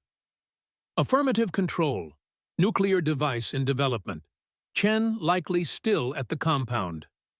Standing orders remain in effect, Phantom. Secure the package and neutralize all threats. Additional support en route but may be delayed by weather. You are authorized for solo action if necessary." Sarah understood what Sullivan wasn't saying explicitly on an open channel. If the weather closed in, if reinforcements couldn't reach them in time, she was authorized to proceed alone to stop Dragovich and secure the nuclear material by any means necessary. Copy that, Control. Phantom proceeding to observation post for recon. Good hunting, Phantom. Control out. Sarah deactivated the transmitter and stared down at the compound below. Solo action against an unknown number of hostiles to prevent a nuclear device from falling into terrorist hands. The mission parameters were clear, the stakes ultimate. Phantom Echo had indeed returned from the dead. As she prepared to descend toward a better observation position, Sarah caught movement on the ridgeline to her west, a lone figure in tactical gear moving with the practiced efficiency of a professional operator. Not Taliban, not even Russian-trained mercenary. American. Sarah raised her scope, focusing on the distant figure. Male athletic build, using advanced movement techniques taught only to elite special operations units. He was heading toward the compound using the same approach route Sarah had been planning. "What the hell?" she whispered. The mysterious operator suddenly froze, then dropped into a defensive position. He'd spotted something. Sarah swung her scope to follow his line of sight and saw a three-man patrol emerging from behind a rock formation, Dragovic's men judging by their equipment. The American operator remained perfectly still as the patrol passed within 30 meters of his position. Once they were gone, he continued his approach with even greater caution. Sarah had a decision to make. This unknown operator could be an ally, perhaps, advance reconnaissance for the promised reinforcements. Or he could be something else entirely, a rogue element, a complication in an already complex mission. There was only one way to find out. She began her descent choosing a parallel route that would allow her to intercept the mysterious operator before he reached the compound. Her movements were silent, efficient, the product of years of specialized training and field experience. The storm clouds continued to gather above promising weather that would ground aircraft and isolate them completely. Time was running out. For Wilson and the wounded SEALs, for Dr. Chen, for the mission. And perhaps, Sarah reflected grimly, for Phantom Echo as well. In the cave, Wilson checked Jackson's vitals for the 10th time in as many minutes. The wounded SEAL's condition was deteriorating, his breathing shallow, his pulse erratic. "Hang in there, Jackson," Wilson murmured. "Help's coming." Cooper approached, his young face drawn with concern. "Any word from Mitchell?" Wilson shook his head. "Not yet. Do you think she made it?" "If anyone could, it's her." Wilson had seen enough to know that Sarah Mitchell was no ordinary operator. Her skills, her precision, her tactical awareness all suggested training far beyond standard special operations. Thompson joined them, his rifle held ready. Movement outside. Multiple hostiles approaching from the south. Wilson cursed softly. "How many?" "At least a dozen. Well armed." "They found us." Wilson checked his ammunition. 3 magazines remained, not nearly enough for a prolonged engagement. Cooper, stay with the wounded. Thompson with me. We need to slow them down until extraction arrives. As Wilson moved toward the cave entrance, he found himself wishing that Sarah was still with them, not just for her medical skills, but for the deadly precision of Phantom Echo. They needed a miracle or, at the very least, a ghost. Outside, the first flakes of snow began to fall. Sarah moved through the rocky terrain with predatory grace, closing the distance to the unknown operator. He was good, very good, maintaining awareness of his surroundings while advancing toward the compound. But Sarah was better. She circled behind him using the growing snowfall as additional cover until she was perfectly positioned. Then she made her move. "Don't," she said softly, her rifle trained on the back of his head. "Hands where I can see them." The operator froze, then slowly raised his hands. "Friendlies," he said quietly. "United States. Turn around, slowly." He complied, revealing a face Sarah didn't recognize, mid-30s, the weathered features of a career special operator. His equipment was top tier, but unmarked the hallmark of black operations. "Identify yourself," Sarah demanded.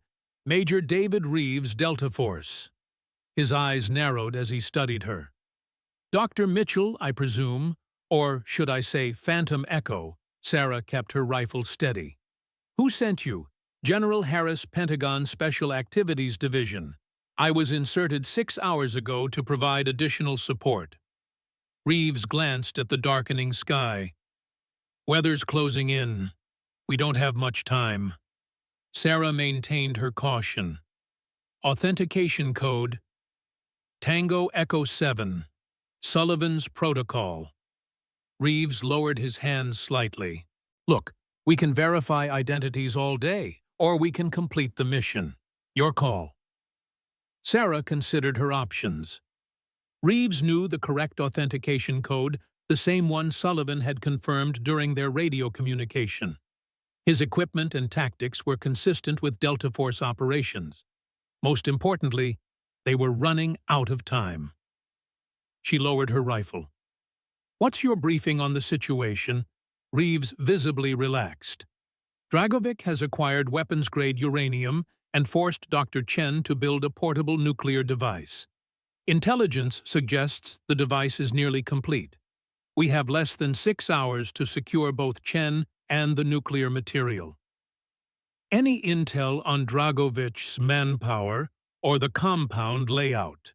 "Satellite imagery shows approximately 30 personnel mixture of Taliban fighters and what appear to be Eastern European mercenaries. Compound has a main building, 3 outbuildings, and a camouflaged structure to the north, likely where the device is being assembled." Sarah nodded. The information matched her own observations and Sullivan's intelligence. "My team is holed up in the caves to the north," she explained. 2 wounded waiting for medevac. I've called in air support, but with this weather," she glanced at the thickening snowfall, "we may be on our own." Reeves checked his watch. "Then we'd better move. Standard 2-person infiltration." "You've worked with snipers before." A ghost of a smile crossed Reeves's face. "Once or twice." Sarah made her decision. "You take point. I'll provide overwatch and long-range elimination of threats. We locate Chen and the nuclear material extract, if possible, destroy in place if necessary." Reeves nodded his agreement. "And Dragovic?" Sarah's expression hardened. "He's mine." As they prepared to move out, Reeves studied her with professional assessment. "You know, your reputation in the community is legendary. They said Phantom Echo could make shots no one else would even attempt." "That was a long time ago." "Some skills never fade." Reeves checked his weapon. "Ready when you are, Echo." Sarah shouldered her rifle, feeling the familiar weight settle against her body. "Let's finish this." Together they descended toward the compound, 2 ghosts moving through the falling snow, America's deadliest operators on a mission to prevent catastrophe. The storm intensified around them, nature's fury providing cover for the violence to come. Phantom Echo had returned, and this time she would not fail. Snow fell in thick white sheets across the Afghan mountains, obscuring visibility and muffling sound. Sarah Mitchell and Major David Reeves moved like ghosts through the gathering storm, two predators converging on their prey. The compound lay below them, its buildings barely visible through the swirling snow security lights, creating hazy halos in the white darkness. "Weather's deteriorating fast," Reeves observed, his voice barely audible over the rising wind. "Medevac for your team will be delayed, maybe scrubbed entirely." Sarah's jaw tightened. "Then we need to move quickly." They reached a rocky outcropping that provided both cover and a clear view of the compound's northern section. Sarah set up her rifle, while Reeves deployed a specialized thermal scope scanning the buildings below. "Main structure shows multiple heat signatures," Reeves reported, his finger tapping the display. "Consistent with guard positions, but that outbuilding to the north." He adjusted his scope. "Only two signatures, but unusual heat patterns surrounding them, consistent with laboratory equipment." Sarah nodded. "Chen and his workspace, probably where the device is being assembled." "What about Dragovich?" Sarah scanned the compound methodically. "No visual confirmation yet, but he's there. I can feel it." Reeves gave her a sidelong glance. "Professional assessment or personal vendetta?" "Both." Sarah continued her surveillance, her breath forming crystalline clouds in the frigid air. "7 years ago, he outsmarted me, cost me my team. That doesn't happen twice." Sarah noticed something odd as Reeves checked his tactical pad. His fingers moved in a distinctive pattern. Not the standard operating system navigation used by U.S. forces, but something else entirely. Russian military encryption protocol. She'd seen it before during a joint operation in Kazakhstan in 2003. Another red flag. Reeves seemed about to speak when his secure radio crackled with static. "Sierra Actual, this is Control. Authentication Bravo 47. The voice belonged to someone identifying as General Harris. Reeves responded immediately. "Sierra Actual authenticated. Go ahead." "Oh, situation update. Medevac diverted due to weather. Extraction window closing. Primary mission parameters upgraded to Priority Omega. Repeat, Priority Omega. Confirm."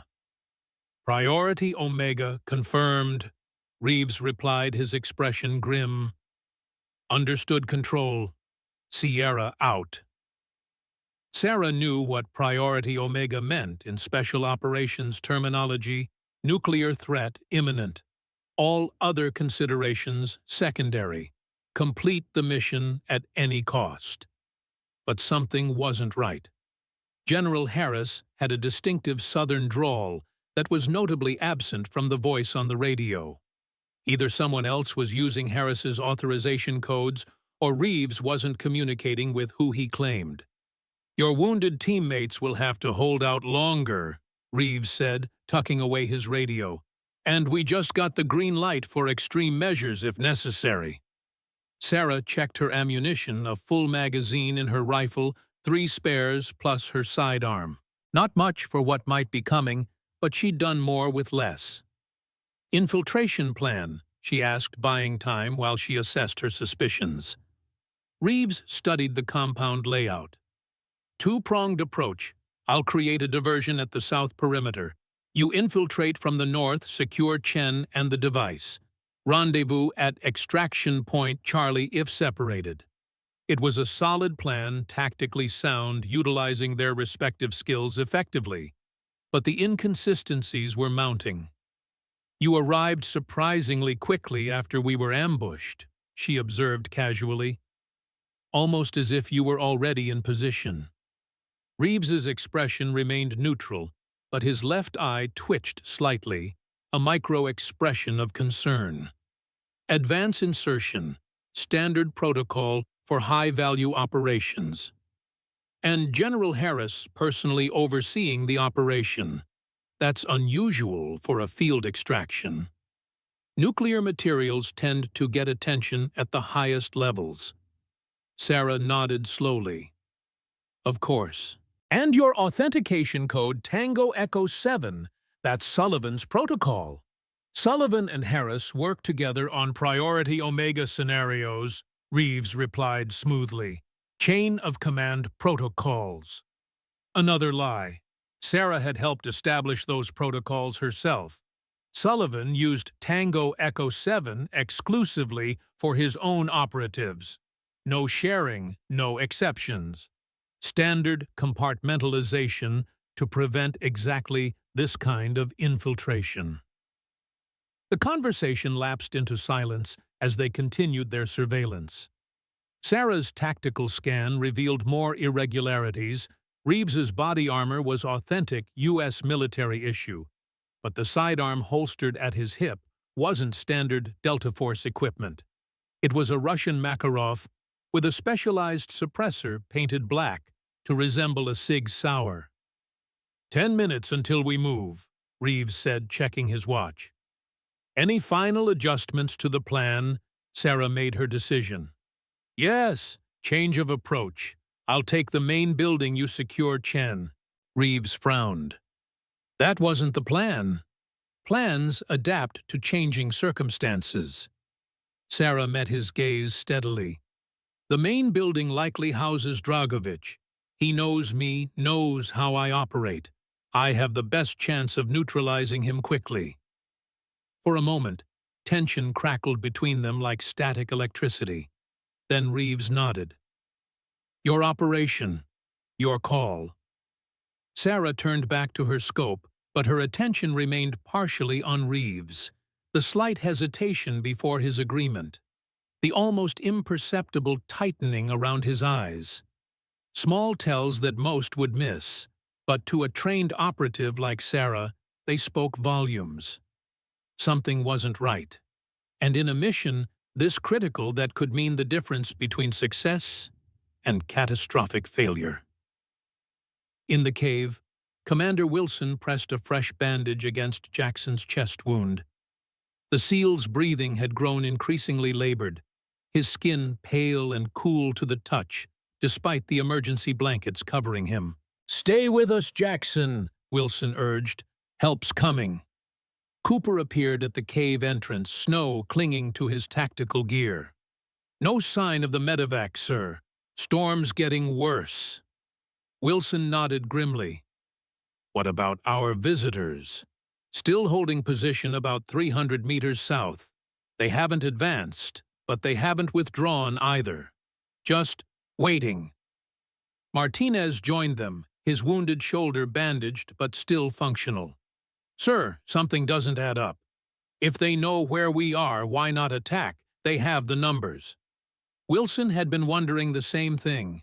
The enemy's behavior suggested they were following specific orders not to eliminate the SEAL team, but to contain them. Keep them pinned down, but alive. They're waiting for something, Wilson concluded, or someone. Cooper checked his ammunition, less than half a magazine remained. Whatever they're waiting for, I hope Mitchell's air support arrives first. Wilson moved to the cave entrance, staring out at the swirling snow. I don't like this. Mitchell's been gone too long. You think she got compromised? Martinez asked. Wilson considered this. Mitchell's not just a medic. She's something else entirely.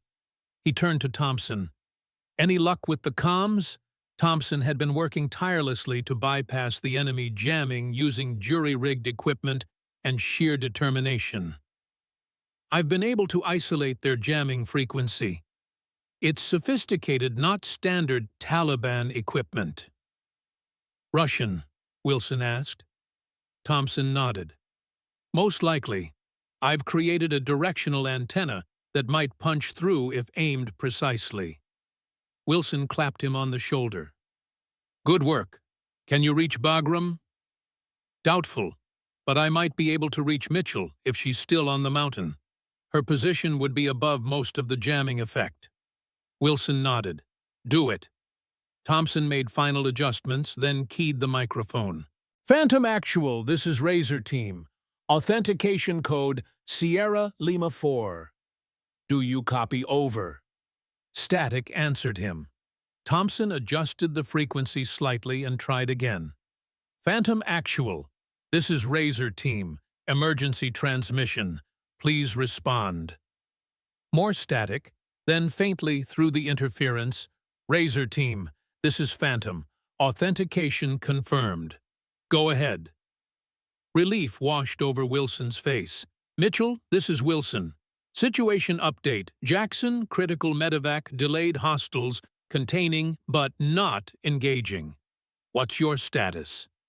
Sarah's voice came through weakly but clearly, preparing to infiltrate compound. Nuclear device confirmed. Dragovich on site. Have linked with Delta Force operator. Call sign Sierra. Wilson frowned. Delta, we weren't briefed on additional assets.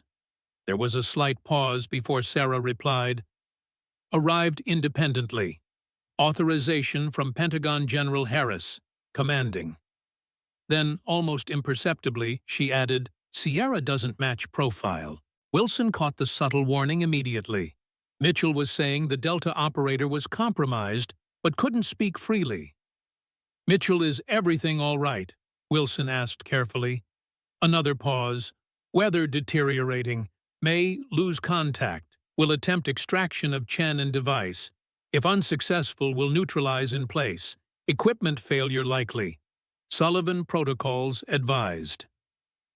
The last phrase confirmed Wilson's suspicions. Equipment failure was code for compromised team member. Sullivan protocols meant she needed backup immediately. Understood, Phantom. We'll monitor your progress. Razor out. Wilson turned to his team, his expression grim. Gear up. Mitchell's in trouble. Cooper looked confused. Sir, the Delta operator is compromised. Mitchell's walking into a trap.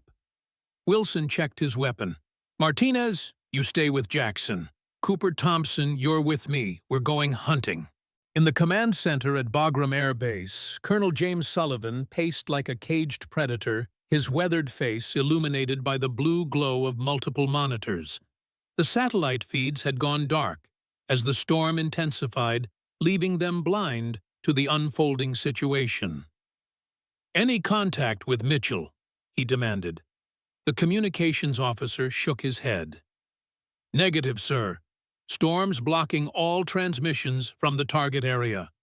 Sullivan slammed his fist on the console. What about General Harris? Has he reported in? No, sir. Last communication was the deployment authorization for Major Reeves. Sullivan's expression darkened further. Get me General Harris directly. Secure line to NATO command in Germany. The officer looked confused. Germany, sir. Harris is attending the NATO summit in Berlin. Has been for 3 days. Sullivan's voice was sharp with suspicion. Whoever authorized Reeves wasn't Harris. As the communications team scrambled to establish the connection, Sullivan retrieved a secure tablet from his personal gear. He entered a complex series of authentication codes, accessing a classification level few knew existed. The screen displayed personnel files, former Phantom operatives, their current status, their last known whereabouts. Most were marked as inactive or deceased. Only one name showed active status, Sarah Mitchell. Sullivan scrolled further, accessing a secondary database of known double agents and compromised assets. His blood ran cold as a familiar name appeared on the screen, Major David Reeves, Delta Force. Suspected Russian asset, deep cover, unconfirmed. Sir, the communications officer called. We have General Harris. Sullivan grabbed the secure phone. General, this is Sullivan. Did you authorize Major David Reeves for deployment to Afghanistan within the last 24 hours? Negative, Colonel, Harris replied, confusion evident in his voice. I've been in Germany since Monday. What's happening? Sullivan closed his eyes briefly, his worst fears confirmed. We have a situation, sir. Phantom Echo has linked up with a compromised asset, claiming to be operating under your authority. Nuclear materials at risk. My God, Harris breathed. Options. Limited. Storms blocking communications and air support. Mitchell's on her own. Sullivan's voice hardened with resolve. Unless I go in myself. James, you're 68 years old. This isn't. She's walking into a trap, sir. A trap I sent her into. Sullivan's tone left no room for argument. I trained her. I owe her this. A long silence. Then, what do you need? Fast transport to the target area. Special equipment package Delta. And one more thing. Sullivan paused. Access to the Lazarus Protocol. Harris's sharp intake of breath was audible even over the secure line. That's never been field-tested. The risks are mine to take, Sullivan finished. Authorization. Another pause longer this time. Granted. God help you both. Sullivan ended the call and turned to his second-in-command. Prep the VTOL. Departure in 15 minutes. Yes, sir. The officer hesitated. Sir, if I may, what exactly is the Lazarus Protocol?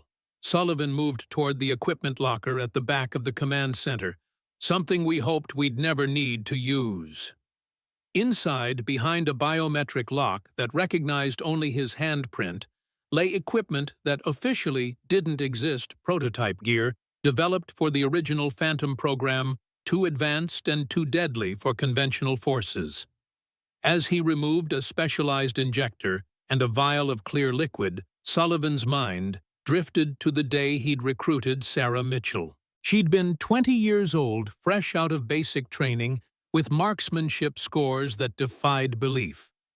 Just like her father. Master Sergeant Daniel Carter had been Sullivan's closest friend, his spotter during the Cold War years, when they'd operated behind the Iron Curtain. When Daniel died, not from enemy fire, but from the cancers that military service sometimes left behind, Sullivan had promised to look after his daughter. Instead, he'd recruited her into the same shadowy world that had eventually killed her father, turned her natural gifts into weapons, sent her into hell again and again, and now he might be sending her to her death. As Sullivan prepared for what might be his final mission, he allowed himself a moment of grim reflection. He had spent decades sending young operatives into danger, watching from the safety of command centers as they risked everything. Perhaps it was fitting that his career would end the way it began, in the field facing the enemy directly. The Lazarus Protocol had been developed as a last resort for nuclear containment, a compound that could neutralize certain types of radioactive material by accelerating its half-life decay. The drawback: massive radiation exposure for whoever administered it. Fatal exposure. Sullivan slipped the injector and vial into a lead-lined case. If Sarah couldn't stop Dragovich's plan, if the nuclear device couldn't be disarmed conventionally, the Lazarus Protocol would be their final option. A sacrifice play. One life for thousands. Sarah descended toward the compound using the storm as cover. She had separated from Reeves ostensibly to approach from different angles, but in reality to buy time to assess her next move. Reeves was compromised working with Dragovich, not against him. That changed everything. She needed to warn Wilson, secure Chen, and neutralize the nuclear device, all while avoiding Reeves and whatever trap Dragovich had prepared for her. No pressure.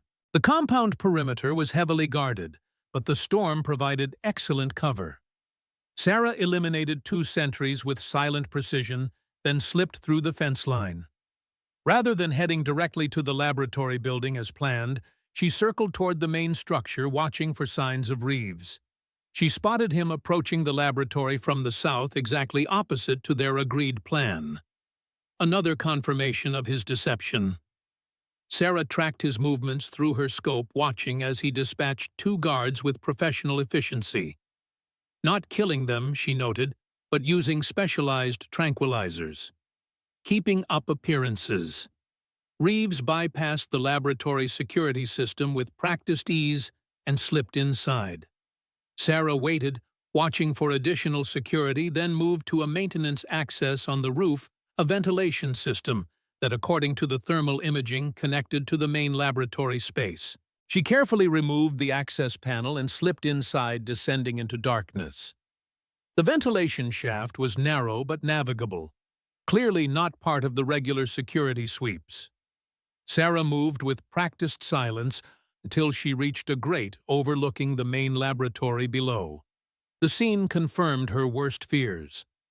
Dr. Chen was there, working on what could only be a nuclear device, a compact cylinder surrounded by specialized equipment. But it was the other figures in the room that sent ice through Sarah's veins. Reeves stood conversing with a tall man whose back was turned to Sarah's position. Even without seeing his face, she recognized him instantly from his posture, his gestures, the set of his shoulders. Dragovich. And they weren't fighting. They were talking like colleagues, reviewing something on a tablet between them. "The American team is contained in the northern caves," Reeves was saying, his voice carrying clearly to Sarah's position. "Mitchell believes I'm working for General Harris." Dragovich's voice was exactly as Sarah remembered it, cultured, precise, with a slight Slavic accent. "And she suspects nothing. She's cautious but cooperative. The storm has eliminated the possibility of air support or reinforcements." "Excellent." Dragovich turned slightly, revealing the scar on his face, where Sarah's bullet had struck him 7 years earlier. "The device is nearly complete. Once Mitchell has been eliminated, we can proceed with transport." Sarah's mind raced. Reeves wasn't just compromised, he was actively working with Dragovich, and she had nearly walked into their trap. "What about the second device?" Reeves asked. "My employers are expecting delivery as agreed." Sarah froze. Second device. The implications were catastrophic. Dragovich smiled coldly. "Already en route to Bagram. This one," he gestured to the device Chen was working on, "is merely insurance, a demonstration of our capabilities. The real payload is the one heading for the airfield." "The trigger?" Reeves asked. Dragovich tapped his wrist where an unusual watch-like device was strapped. "Dual control system. Your implant is synchronized with my transmitter. If either of us dies, the device detonates automatically. Dead man's switch." Sarah's blood ran cold. Reeves had a biological implant, likely near his heart, based on standard Russian intelligence protocols. If his heart stopped, the second device would detonate automatically. They couldn't simply eliminate him. She needed to alert Sullivan, warn Wilson, and his team. But first, she needed more information about the second device. As she shifted position for a better view of the tablet Dragovich was holding, the metal grate beneath her creaked slightly. In the quiet laboratory, it might as well have been a gunshot. Reeves reacted instantly, drawing his weapon and firing upward. Bullets tore through the thin metal of the ventilation duct as Sarah scrambled backward. "She's here!" Reeves shouted. "The vent system!" Sarah abandoned stealth for speed, crawling rapidly through the duct toward the roof access. Behind her, she could hear Dragovich barking orders, Reeves coordinating search patterns. The entire compound would be on alert within minutes. She reached the roof and emerged into the swirling snow, immediately taking cover behind a ventilation housing. Guards were already converging on the building, their shouts barely audible over the howling wind. Sarah calculated her options, limited and shrinking by the second. With her cover blown, She couldn't return to Wilson's position without leading Dragovic's men directly to the wounded SEALs. She couldn't secure Chen or the device alone against superior numbers, and now there was a second nuclear device heading for Bagram. Sarah activated her emergency transmitter, hoping the signal would punch through the storm and the jamming. Phantom Actual to Bagram Control. Priority Alpha 0. Authentication Sierra Echo 79er. No response. Only static. She tried again, adjusting the frequency. Phantom Actual to Bagram Control. Priority Alpha 0. Second nuclear device confirmed. En route to Bagram Airfield. Request immediate. A bullet pinged off the metal housing inches from her head. Sarah rolled into a prone position, identifying the threat, a sniper on the adjacent building. She returned fire, forcing the shooter to cover, then used the momentary respite to slip over the edge of the roof, dropping to a lower level. Guards were swarming the area now, their flashlight beams cutting through the snow. Sarah moved from cover to cover, working her way toward the compound perimeter. She needed to regroup to find Wilson and warn him about the second device. As she rounded a storage building, a figure loomed out of the snow. Sarah raised her rifle finger, tightening on the trigger, then froze. Commander Wilson. He raised a finger to his lips, then gestured for her to follow. They moved silently through the storm, using the chaos of the search to slip between patrols. At the perimeter fence, Thompson waited, covering their exit. Once clear of the immediate danger, Wilson led them to a sheltered position between two rock formations. "How did you find me?" Sarah asked, catching her breath. "Followed your emergency beacon," Wilson replied. "Good thing you activated it." "Standard protocol," Sarah said. "Listen, the situation's worse than we thought. There are two nuclear devices. The one in the compound is a decoy. The second one is already en route to Bagram Airfield." Wilson cursed softly. "How much time?" "Unknown, but there's more. Reeves has a biological implant linked to the detonator. If he dies, the device triggers automatically."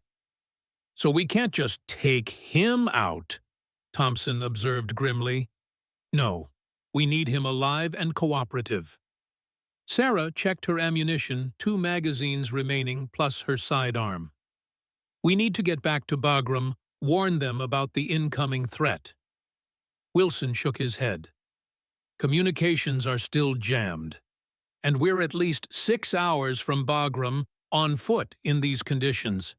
"Then we need to stop the device at the source," Sarah decided. "Neutralize Dragovic's control system." "How?" Thompson asked. "If it's synchronized with Reeves's implant, we take both of them alive," Sarah said, her voice hardening with resolve. "Disable the transmitter, then force Reeves to deactivate his implant." Wilson studied her face. "You make it sound simple." "Nothing about this is simple, Commander, but it's our only option." Sarah outlined her plan. Wilson and Thompson would create a diversion at the east perimeter, drawing attention away from the laboratory. Sarah would infiltrate again, target Dragovic, and secure his transmitter. "What about Chen?" Wilson asked. "Secondary objective. The devices take priority." Sarah's expression was grim. "If we can't secure him, we at least ensure he can't be forced to create more weapons." Wilson nodded his understanding. They both knew what that might mean, leaving Chen behind, possibly to die. The cold calculation of special operations where the mission outweighed any individual life. "Timeline," Wilson asked. 20 minutes to get into position. Execute on my signal." Sarah checked her watch. "Synchronize now." As they prepared to separate, Wilson caught Sarah's arm. "Mitchell, when this is over, if we survive—" "I know," Sarah said. "Full debrief. No more secrets." Wilson's expression softened slightly. "I was going to say I owe you a drink." Sarah allowed herself a brief smile. "Rain check, Commander." We've got work to do. Inside the laboratory, Dragovich paced with growing frustration. How did she escape? The building is surrounded. She's Phantom Echo, Reeves replied simply. This is what she does. Dragovich slammed his fist on a nearby table. Find her. We move the device in 15 minutes with or without her elimination.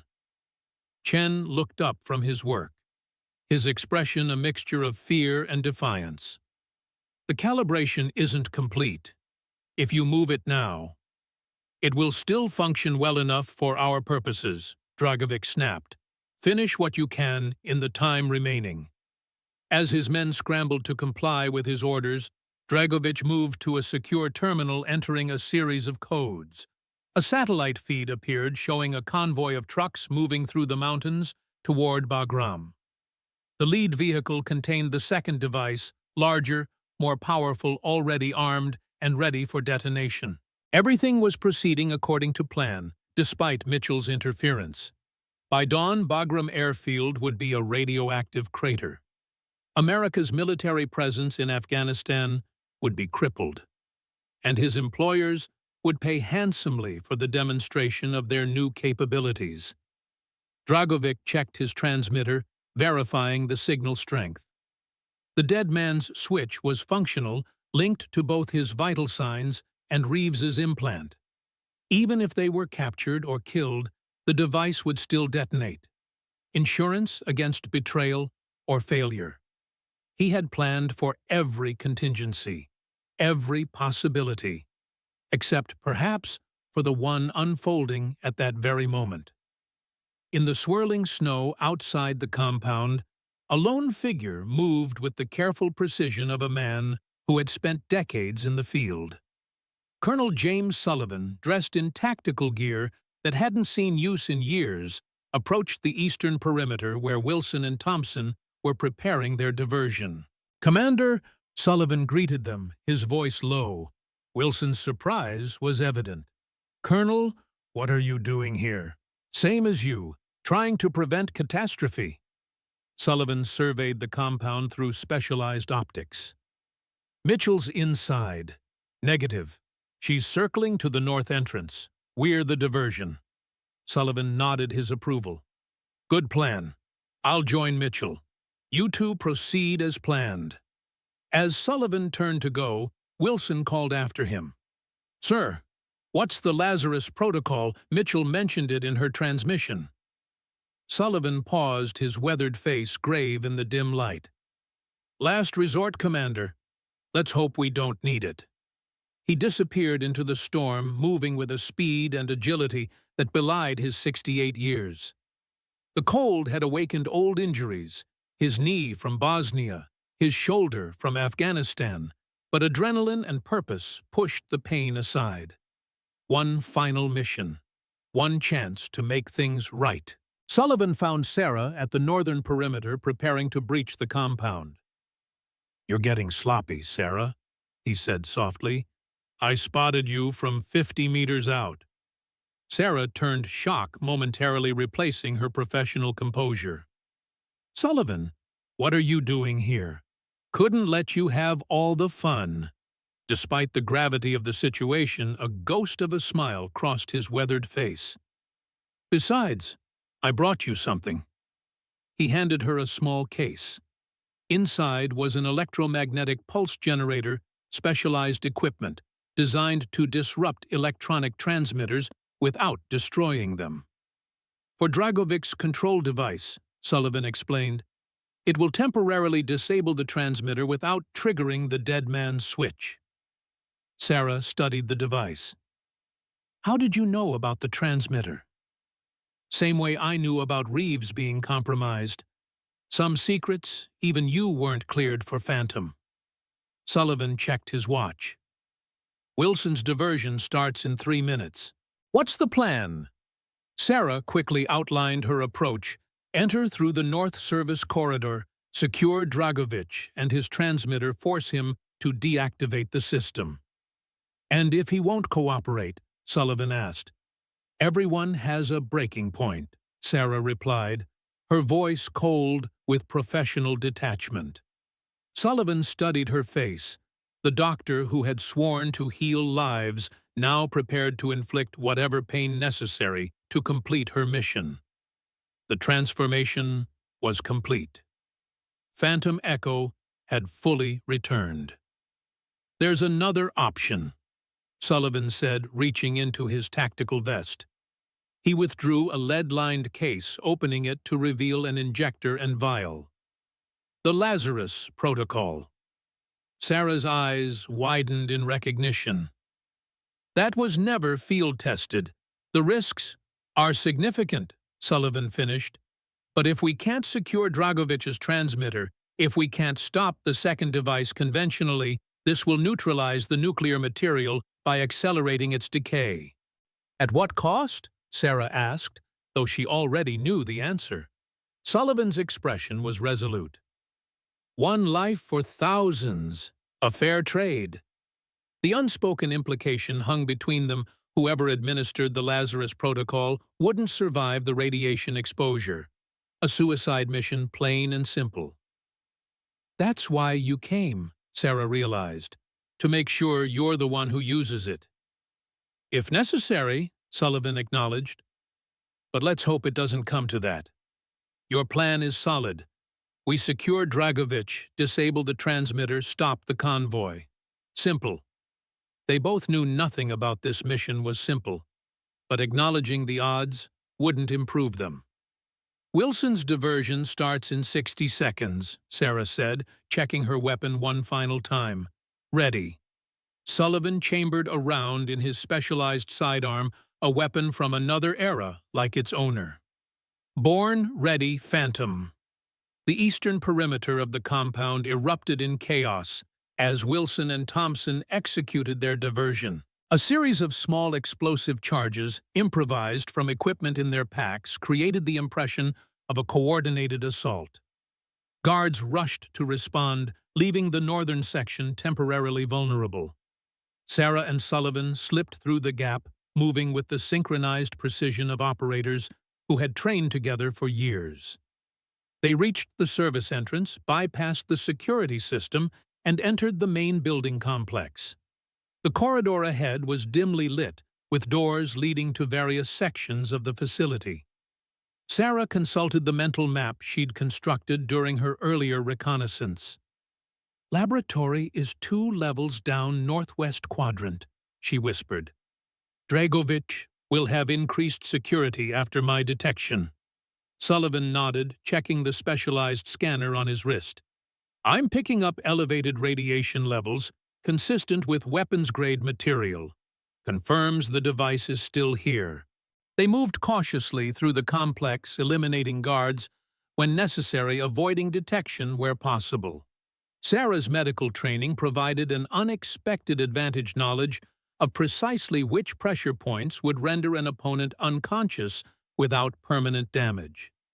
They reached the laboratory level, pausing at a security checkpoint. 2 guards stood watch alert and well-armed. Sarah and Sullivan exchanged glances, communicating silently in the way of operators who had worked together before. A coordinated approach: Sullivan would create a distraction, Sarah would neutralize the threats. Sullivan tossed a small object down the adjacent corridor.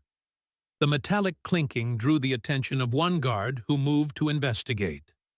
Sarah slipped behind the remaining sentry, applying precise pressure to his carotid artery. He collapsed without a sound. Sullivan dispatched the second guard with similar efficiency.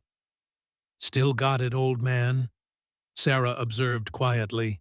"Experience compensates for age," Sullivan replied, though his breathing was slightly labored. They approached the laboratory entrance cautiously. Through the reinforced glass panel in the door, Sarah could see Dragovich supervising as Chen and several technicians prepared the device for transport. Reeves stood nearby, his attention focused on a tactical display showing the compound perimeter. "Reeves has his back to the door," Sarah whispered. "Dragovich is by the device. 6 additional hostiles plus Chen." Sullivan assessed the situation. We need to neutralize the room quickly before anyone can trigger an alarm.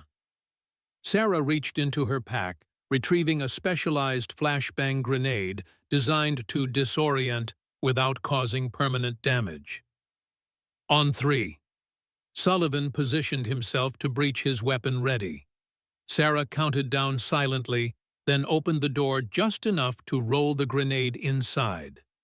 They turned away as the device detonated with blinding light and concussive force. They moved in immediately, capitalizing on the confusion. Sarah targeted Reeves first, knowing his implant made him the most dangerous individual in the room.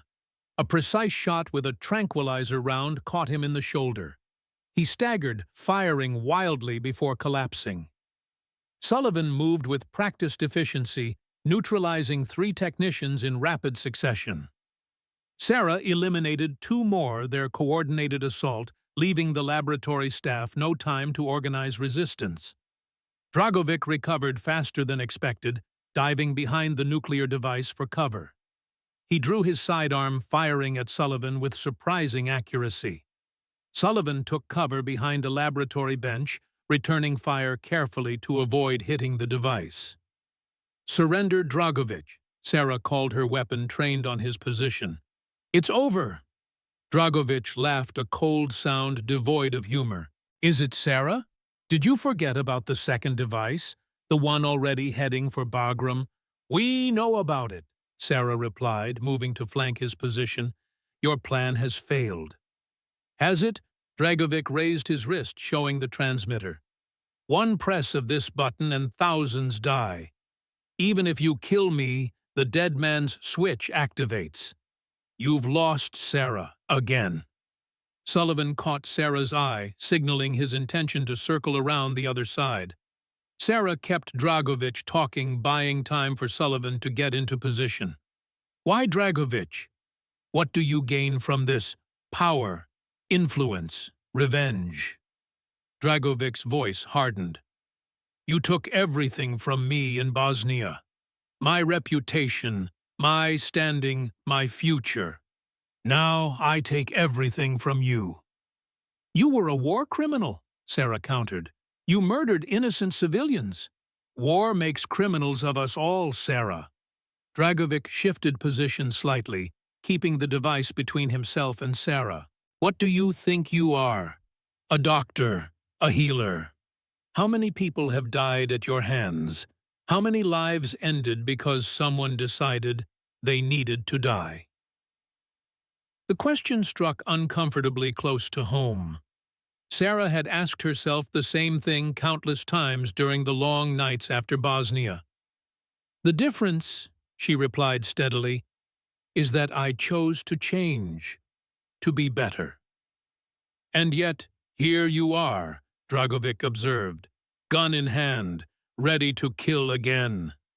To save lives, not end them needlessly," Dragovic scoffed. "Noble sentiments from America's deadliest assassin."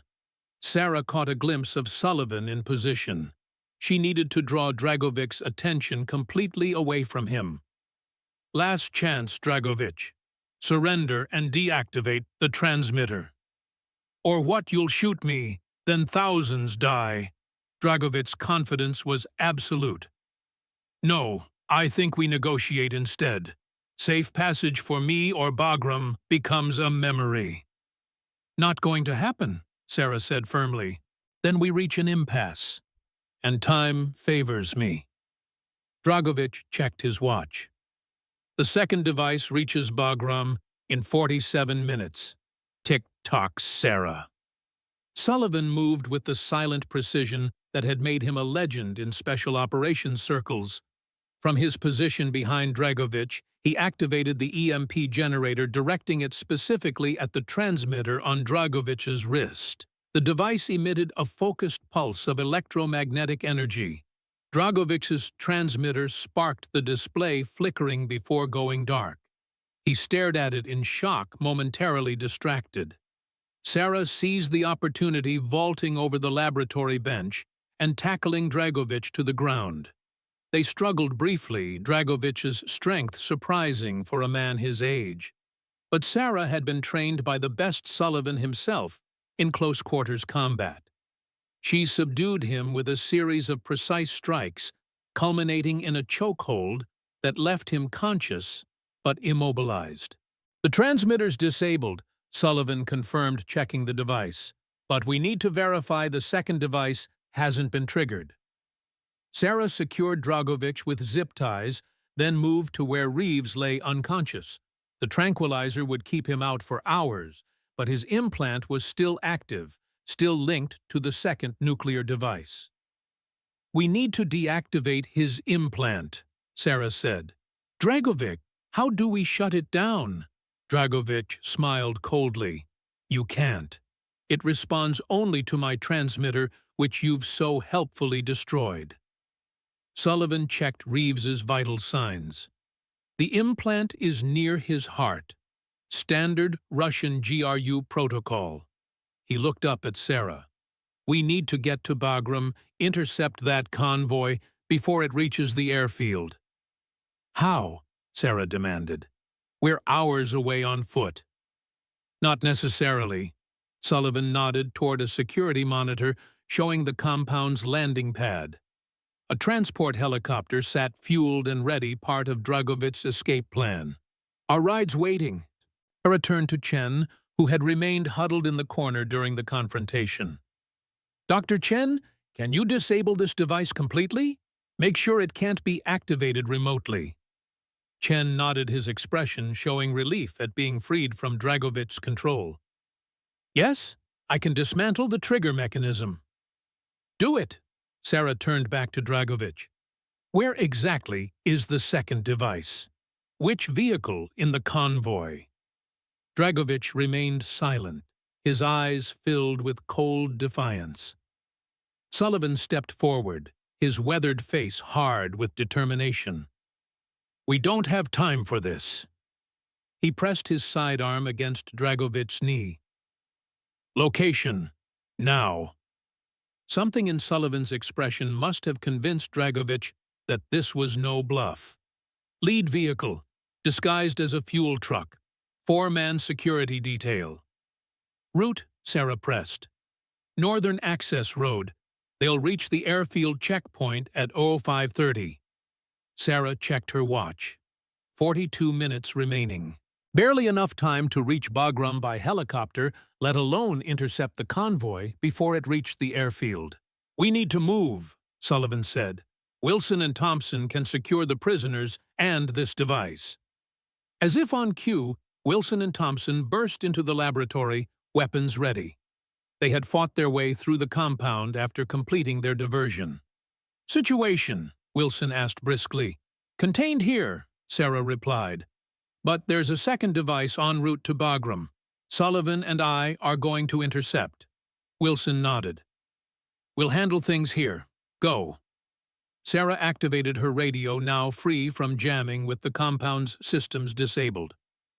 "Cooper, this is Mitchell. Medevac coordinates confirmed. Extraction in 30 minutes for Jackson and Martinez." "Copy that," Cooper's relieved voice replied. "Good hunting, Doc." As Sarah and Sullivan prepared to leave, Wilson caught her arm. "Mitchell, be careful." Sarah met his gaze. "Always am, Commander." Sullivan led the way to the helicopter pad, moving with the focused urgency of a man who understood exactly how high the stakes were.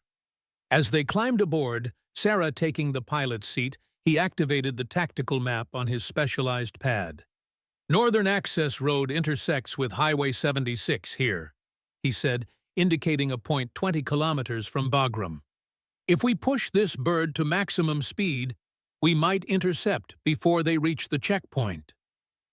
Sarah started the engines, the rotors whipping the falling snow into spiraling vortices. "And if we don't," Sullivan's expression was grim, "then we implement the Lazarus Protocol." The helicopter lifted off, banking sharply toward Bagram. Sarah pushed the aircraft to its limits, flying dangerously low to avoid detection by air defense systems. The storm worked to their advantage, providing cover from visual identification.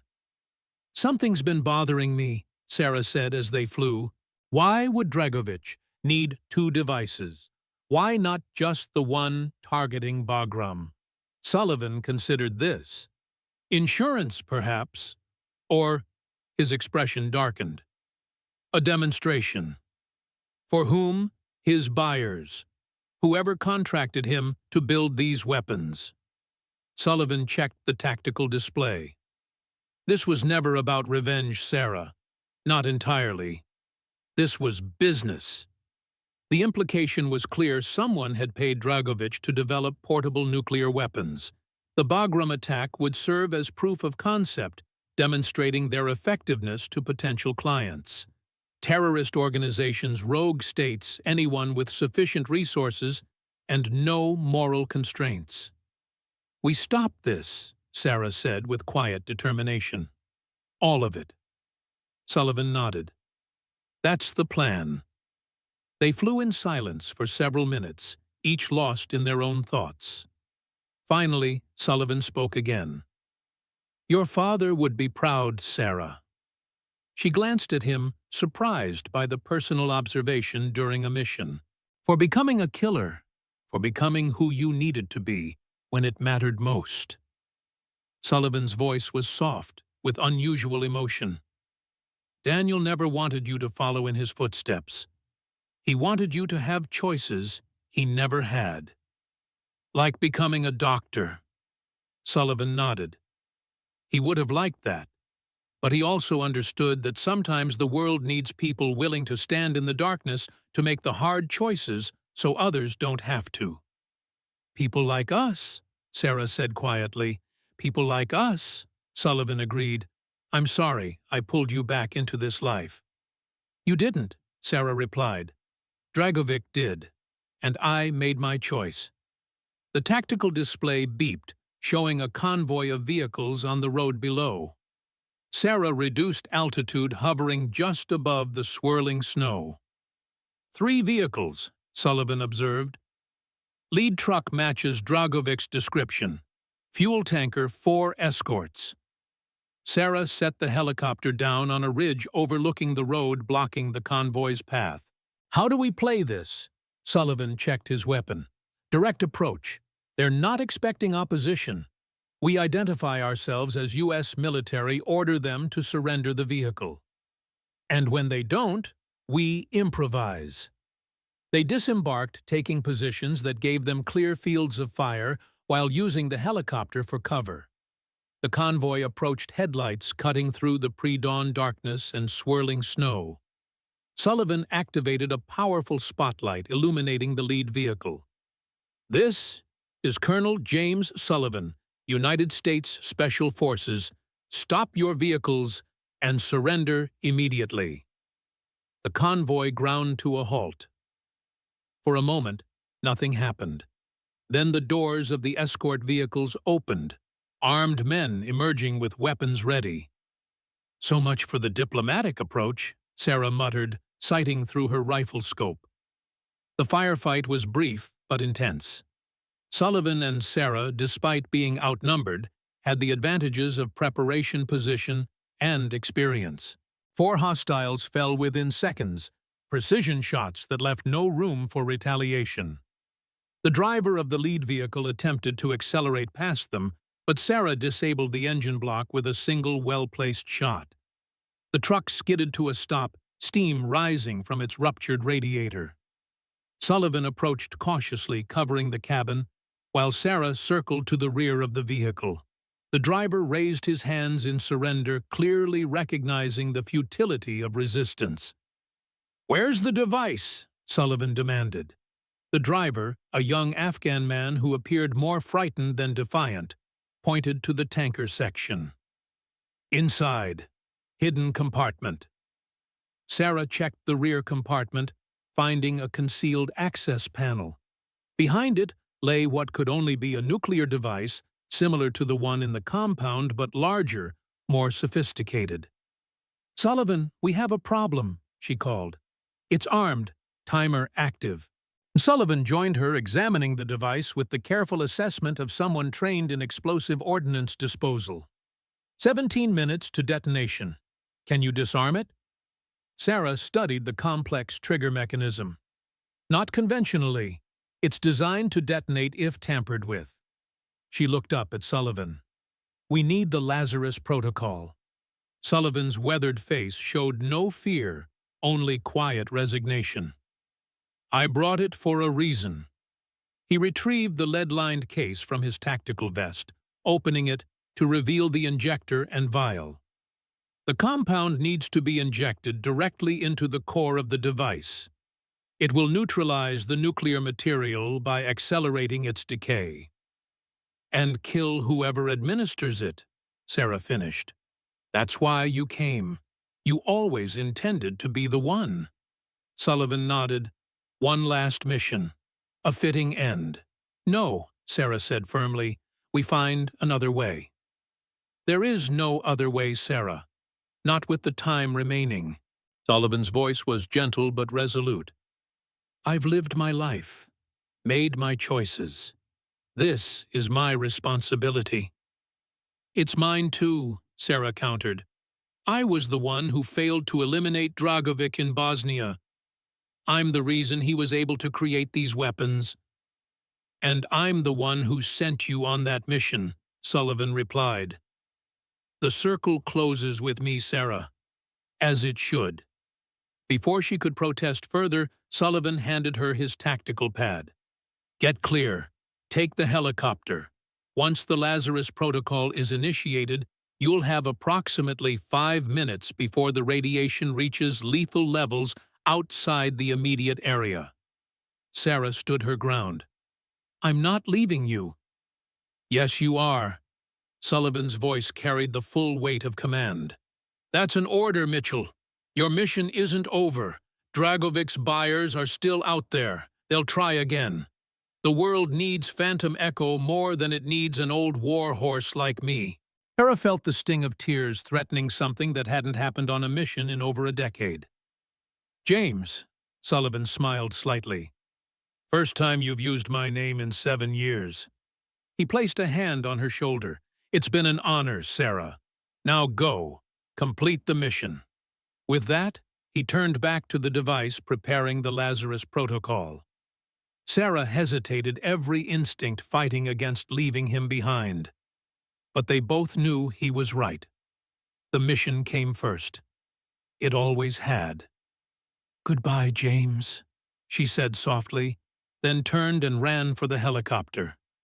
As she lifted off, banking away from the scene, Sarah watched through the windscreen as Sullivan worked calmly and methodically, preparing to sacrifice himself for thousands of strangers who would never know his name. The ultimate act of service. The final mission of a lifetime dedicated to protecting others. 5 minutes later, a soft blue glow emanated from the vehicle below. Not the blinding flash of nuclear detonation, but the eerie luminescence of accelerated radioactive decay. The Lazarus Protocol had worked. The threat was neutralized. And Colonel James Sullivan, the man who had recruited her, trained her, mentored her, and in many ways saved her, was gone. Sarah allowed herself exactly 10 seconds of grief. Then, wiping away a single tear, she turned the helicopter toward Bagram. The mission wasn't over. Dragovic's network remained. His buyers were still out there, and as long as they were, Phantom Echo would be waiting. 10 years later. Adjust your stance. Weight balanced evenly, Sarah Mitchell instructed, moving among the line of recruits at the Fort Bragg training range. At 42, she carried herself with the quiet confidence of someone who had seen the worst the world had to offer and survived to tell about it. Remember, accuracy is a gift, she continued, echoing words her father had spoken to her 3 decades earlier. But choosing when to use it, that's wisdom. The specialized class, combining advanced medical training with precision marksmanship, was unique in the military, just like its instructor. After Afghanistan, after Sullivan's sacrifice, Sarah had returned to medicine for a time. But the experience had changed her, forced her to reconcile the 2 sides of her identity, the healer and the warrior.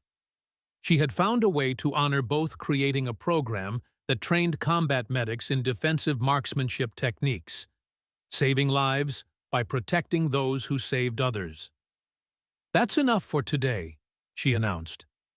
"Tomorrow, we'll focus on field medicine under fire." Dismissed. As the recruits filed out, Sarah noticed a figure waiting at the edge of the range. A man in his late 70s, his uniform adorned with the stars of a general. "General Harris," she greeted him with a respectful nod. "Dr. Mitchell." Harris approached, studying the range with approval. "Your program is producing exceptional results. Joint Chiefs are impressed." "High praise," Sarah acknowledged. "What brings you here, sir? This isn't your usual stomping ground." "Annual remembrance," Harris replied simply. "Thought you might want to join me." Sarah understood immediately. 10 years to the day since Afghanistan. Since Sullivan. "I'd be honored, sir." They drove in companionable silence to Arlington National Cemetery, where the afternoon sun cast long shadows across the endless rows of white headstones. They walked together to a specific section, stopping before a simple marker.